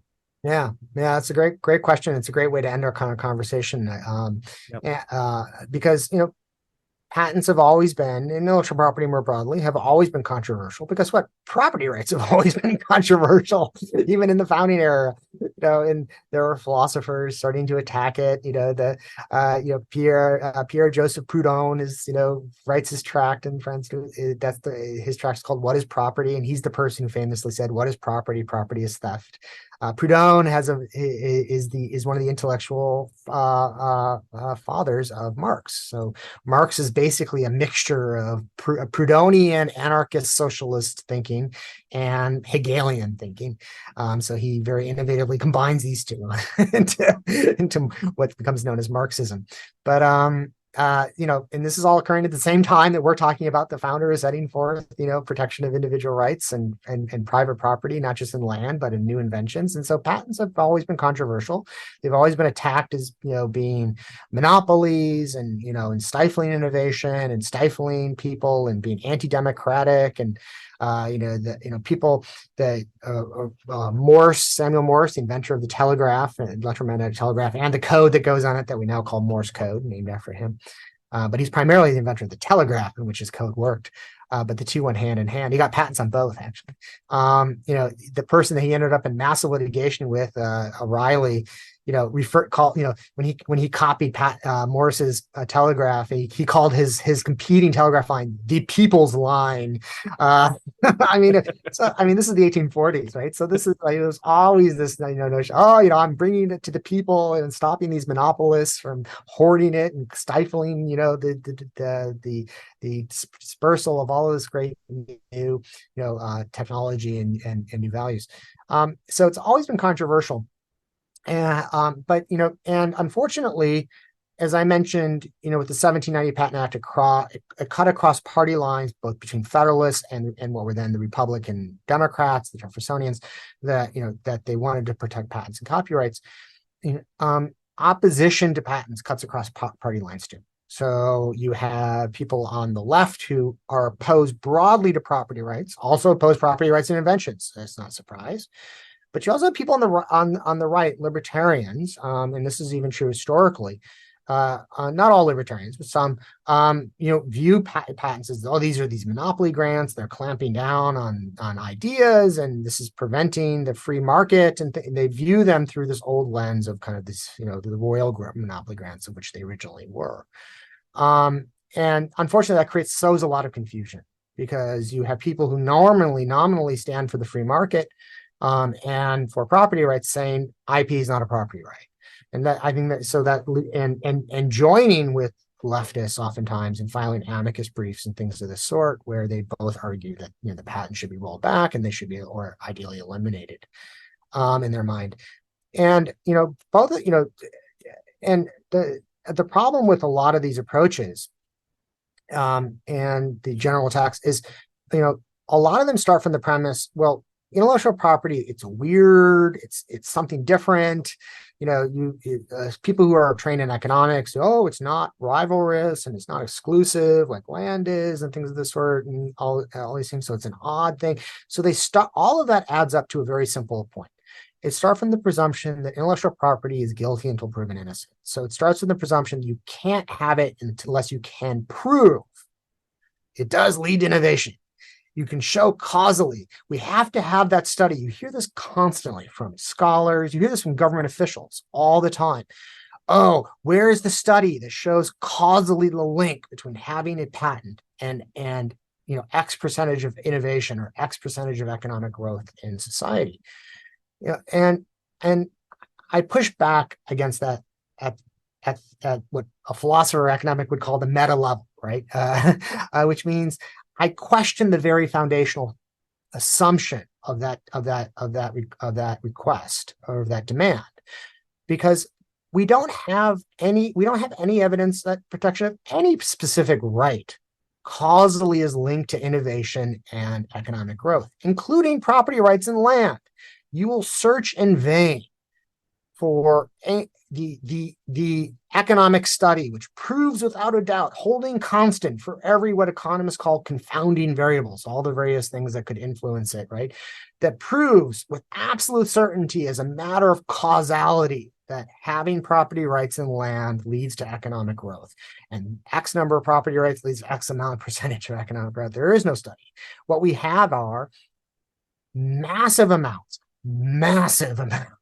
of correlations and historical evidence and historical development that if you protect property rights, it leads to economic growth and successful societies, assuming other things like rule of law, stable and political legal institutions, equal protection, due process, and things of this sort. So that's what we have, and that's all that we ask for, because that's all you can show. And it's important, right? The founders didn't say, oh, until we have the empirical study, we can't create the United States of America to show that the rights of life, liberty, and property are going to be right? They knew already, having observed even their limited time period in the 18th century, but also if you read the Federalist Papers, they are imbued with history. I mean, the founders were students of human history. They knew all about all the Greek city-states and the Swiss city-states and the various Venetian city-states and everything that had happened over the span of the past 2,000 years. And they were bringing that knowledge to bear in their thinking about how to create a government. And a lot of what that history told them was the protection of rights is fundamental to having a flourishing, successful society, where you write it down in a constitution, you have the rule of law, you protect equal protection of rights and things of that sort. Now, they weren't perfect. They made mistakes. We know that. There are errors in the Constitution.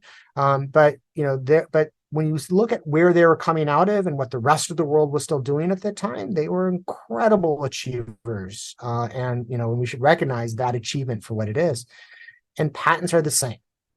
Patents are the same in the exact same historical and broad economic evidence of correlation of countries that protect patents and other intellectual property rights, including trade secrets and trademarks. But they protect the broad array of intellectual property when you have the rule of law, when you have stable legal and political institutions, when you have, and then as part of the rule of law, equal protection and due process. When you have patents added to that mix, just like with regular property rights and land and farms and things of that sort, you have economic growth and innovation.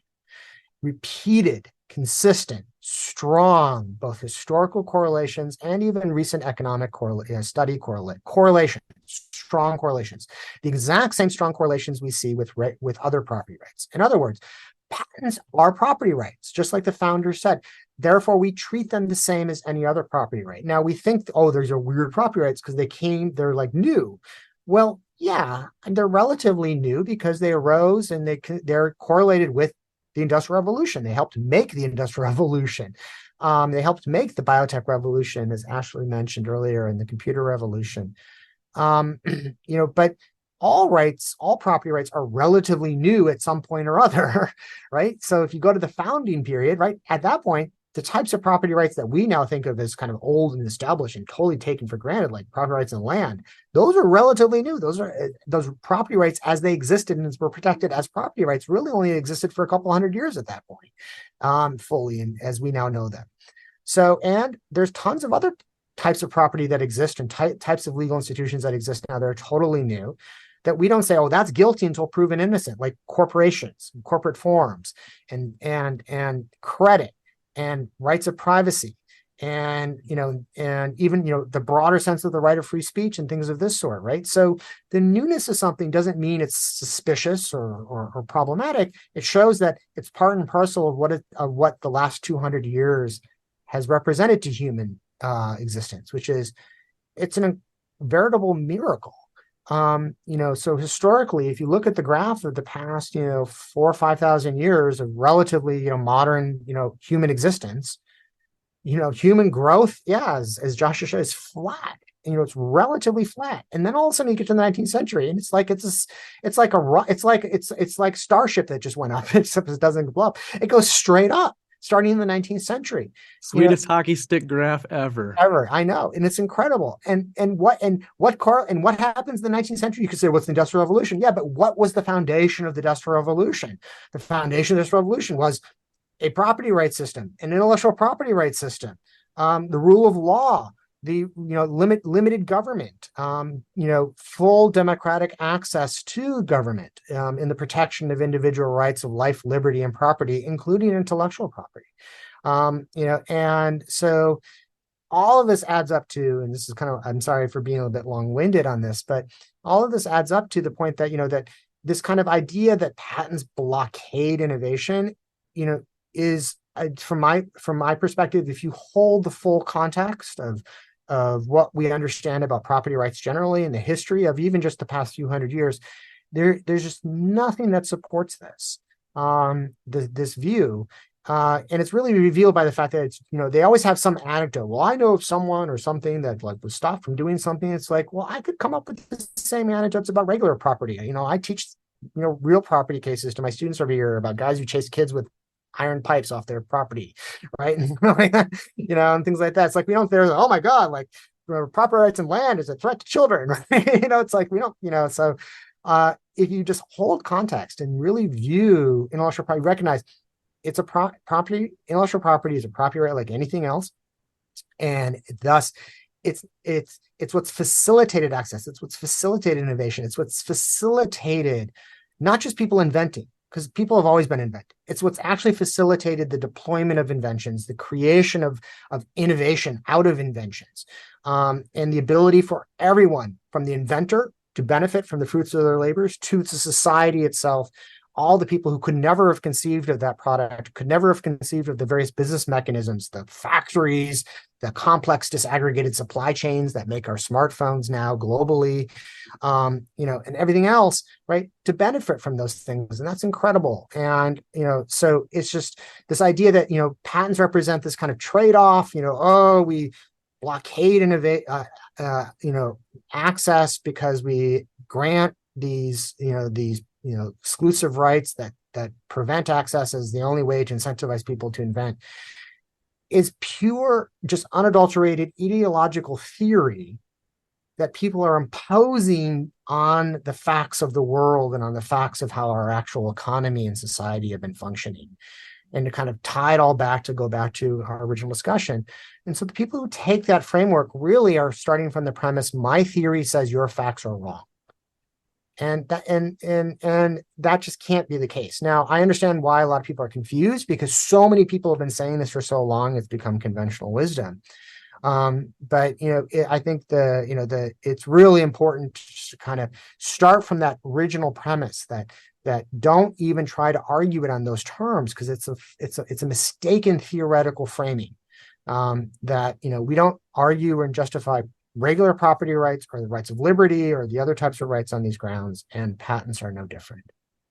And that was the great insight of the founders. Patents are no different than any other right. Yeah, true to beautiful harmony between bargain theory and natural rights theory. And, it's impossible to know what our world would look like void of the patent system that we have. But what we can definitely say is that sort of explosive growth, the notions of patent systems goes all the way back to ancient Greece, where we started. And we didn't see these kinds of periods of explosive growth prior to. We do know what the world looked like before the US patent system.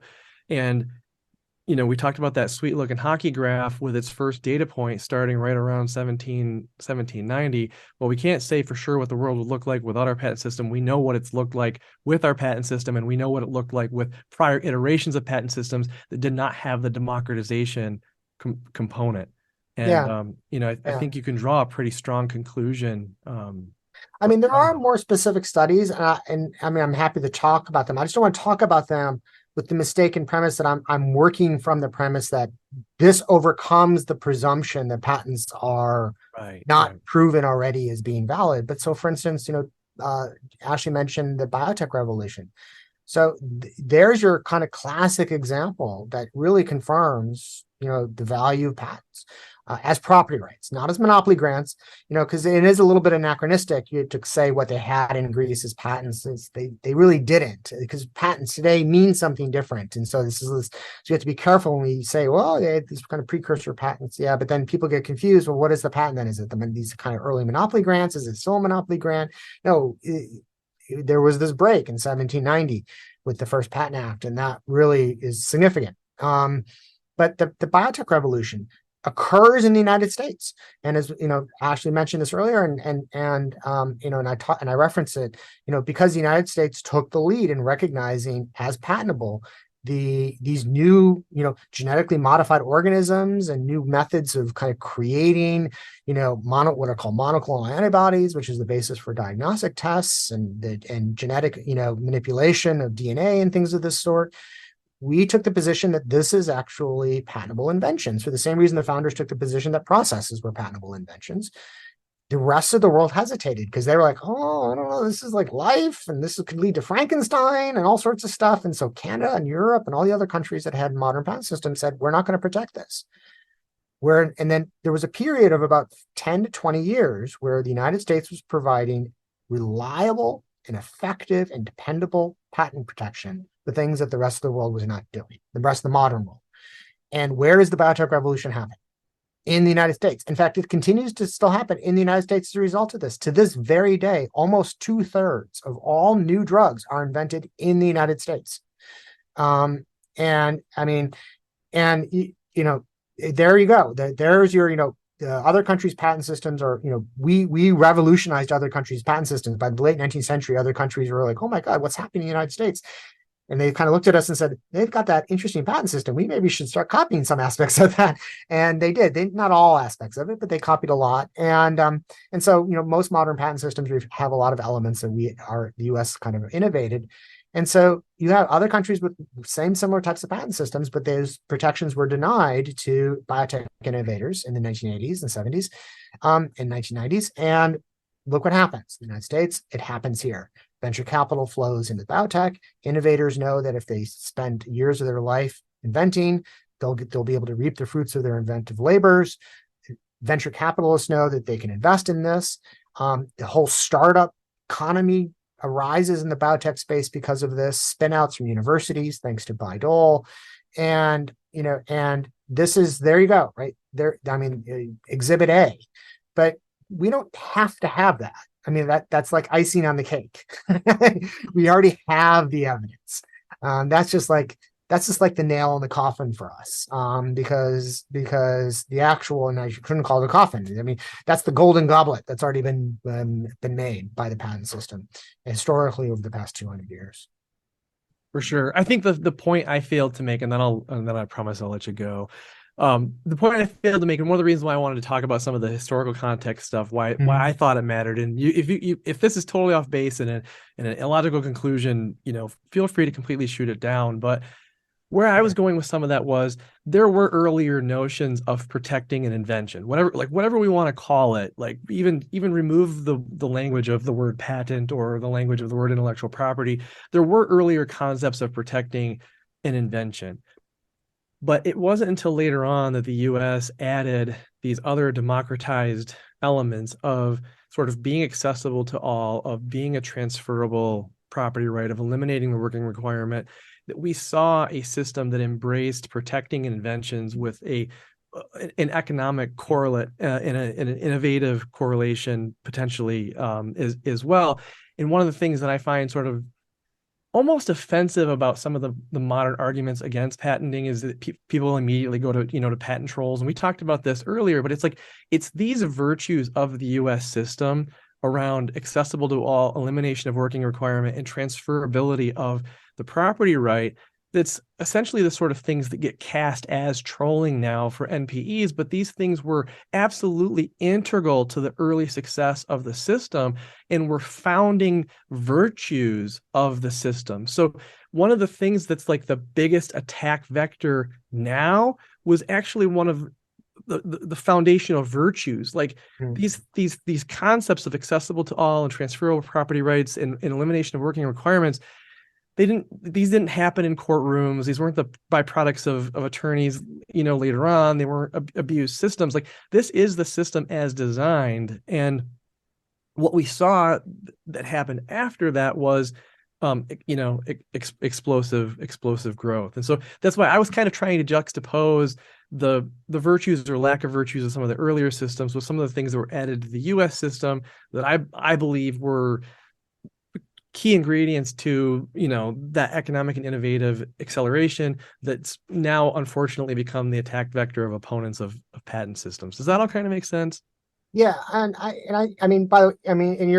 you're right. I disagree with you a little bit on the margins, but and you really framed it very beautifully and very, very succinctly and nicely. And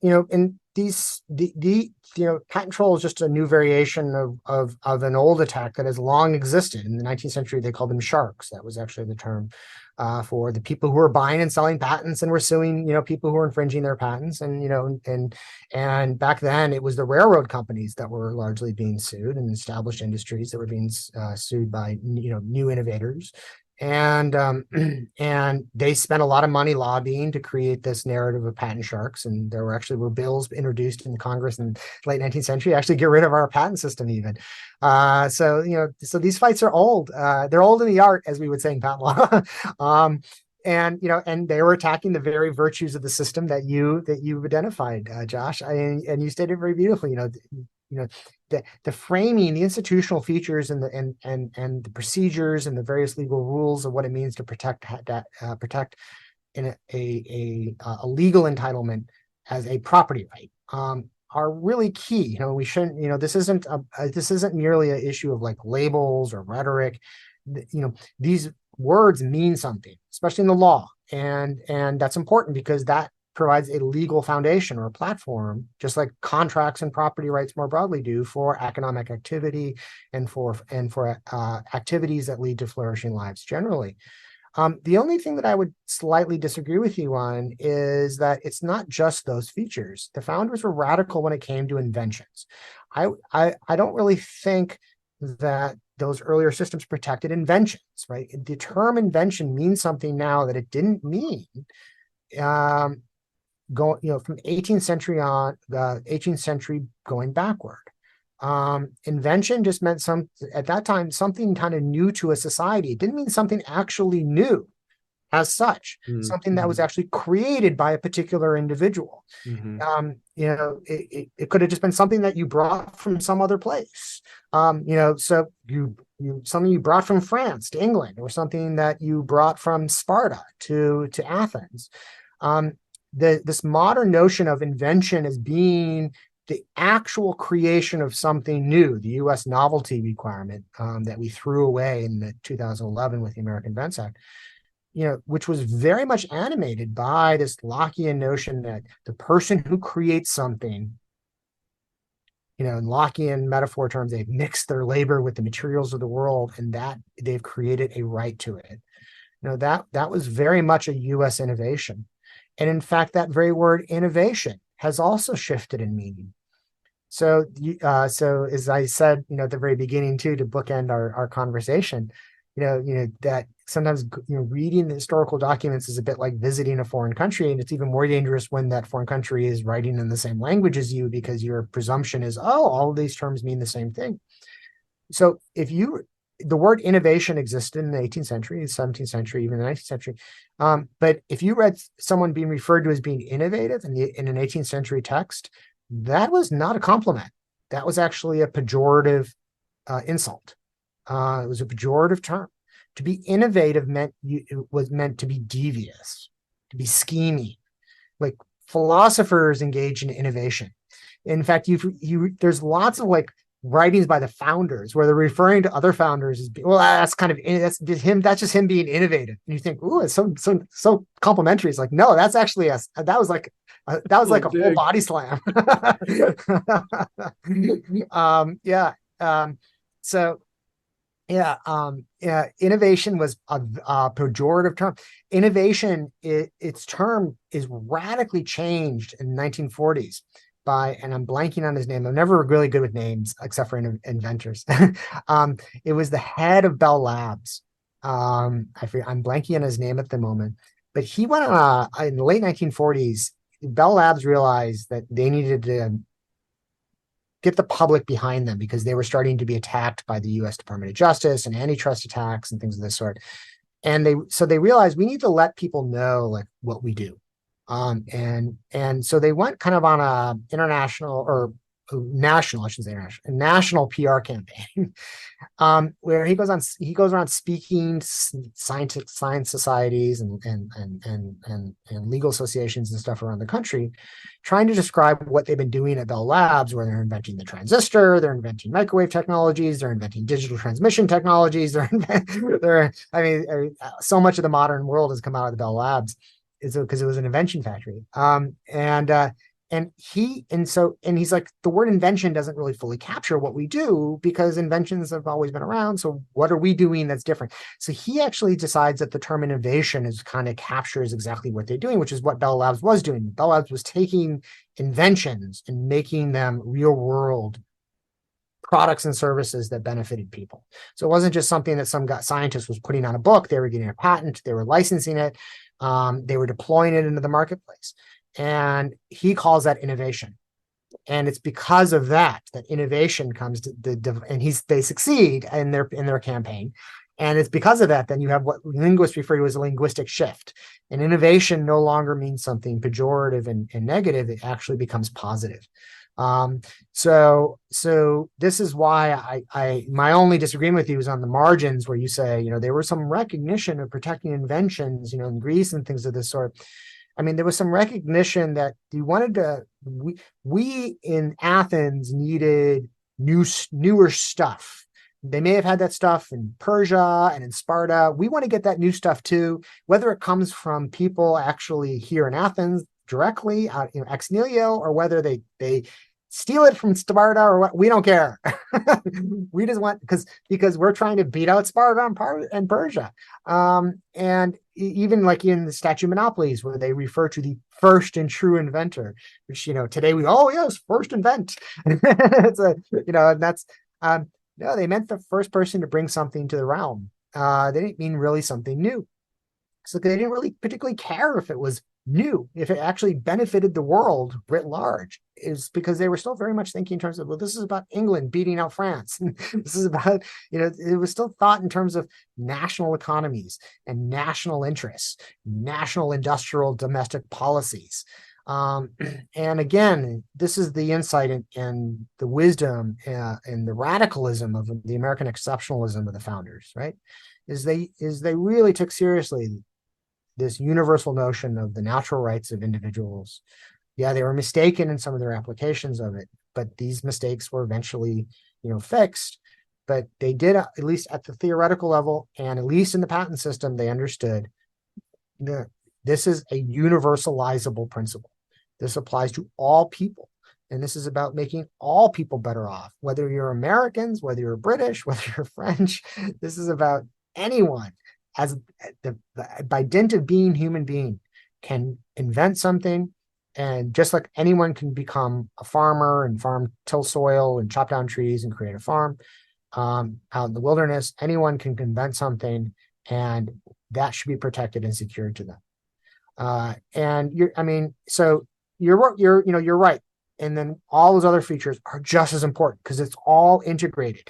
You can create a patent system, but if you don't do so in a system that respects equal rights, has the rule of law, follows statutes and provides due process, and you can build a patent system all you want, but nothing's going to come of that eventually.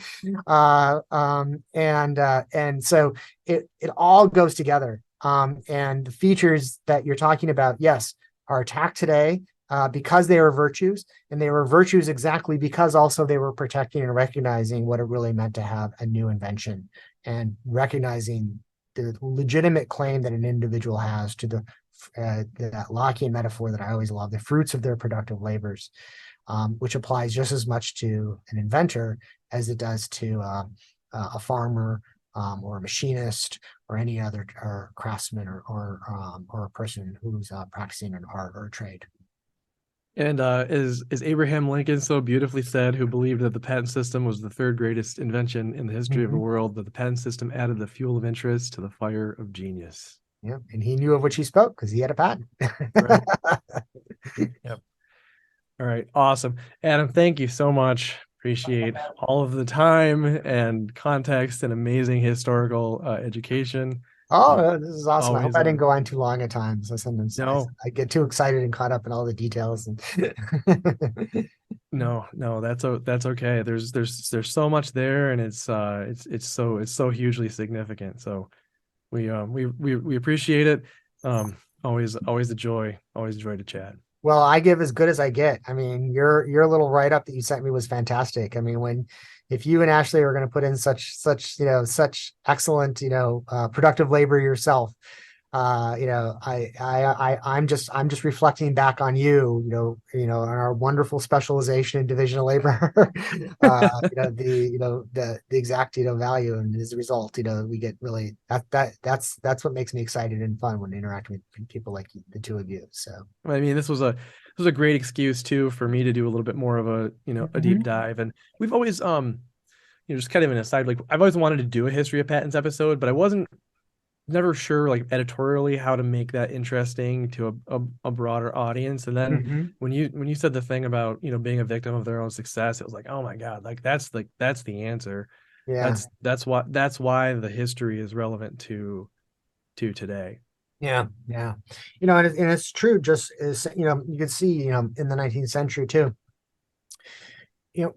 Proudhon and all these people, they're just like, yeah, properties is there. There's not, it's not, they treat it like manna from heaven. So we just need to, it's just raining down. And we just need to split it up. And the person who hoards it, is unjust and evil. And is stealing from other people. And it's just like, it all has to be created. I mean, everything. Guys, when I got a little philosophical in you, it's like, we have to actually think of stuff and come up with it because that's how we live. That's our only competitive advantage is our minds. This was awesome, guys.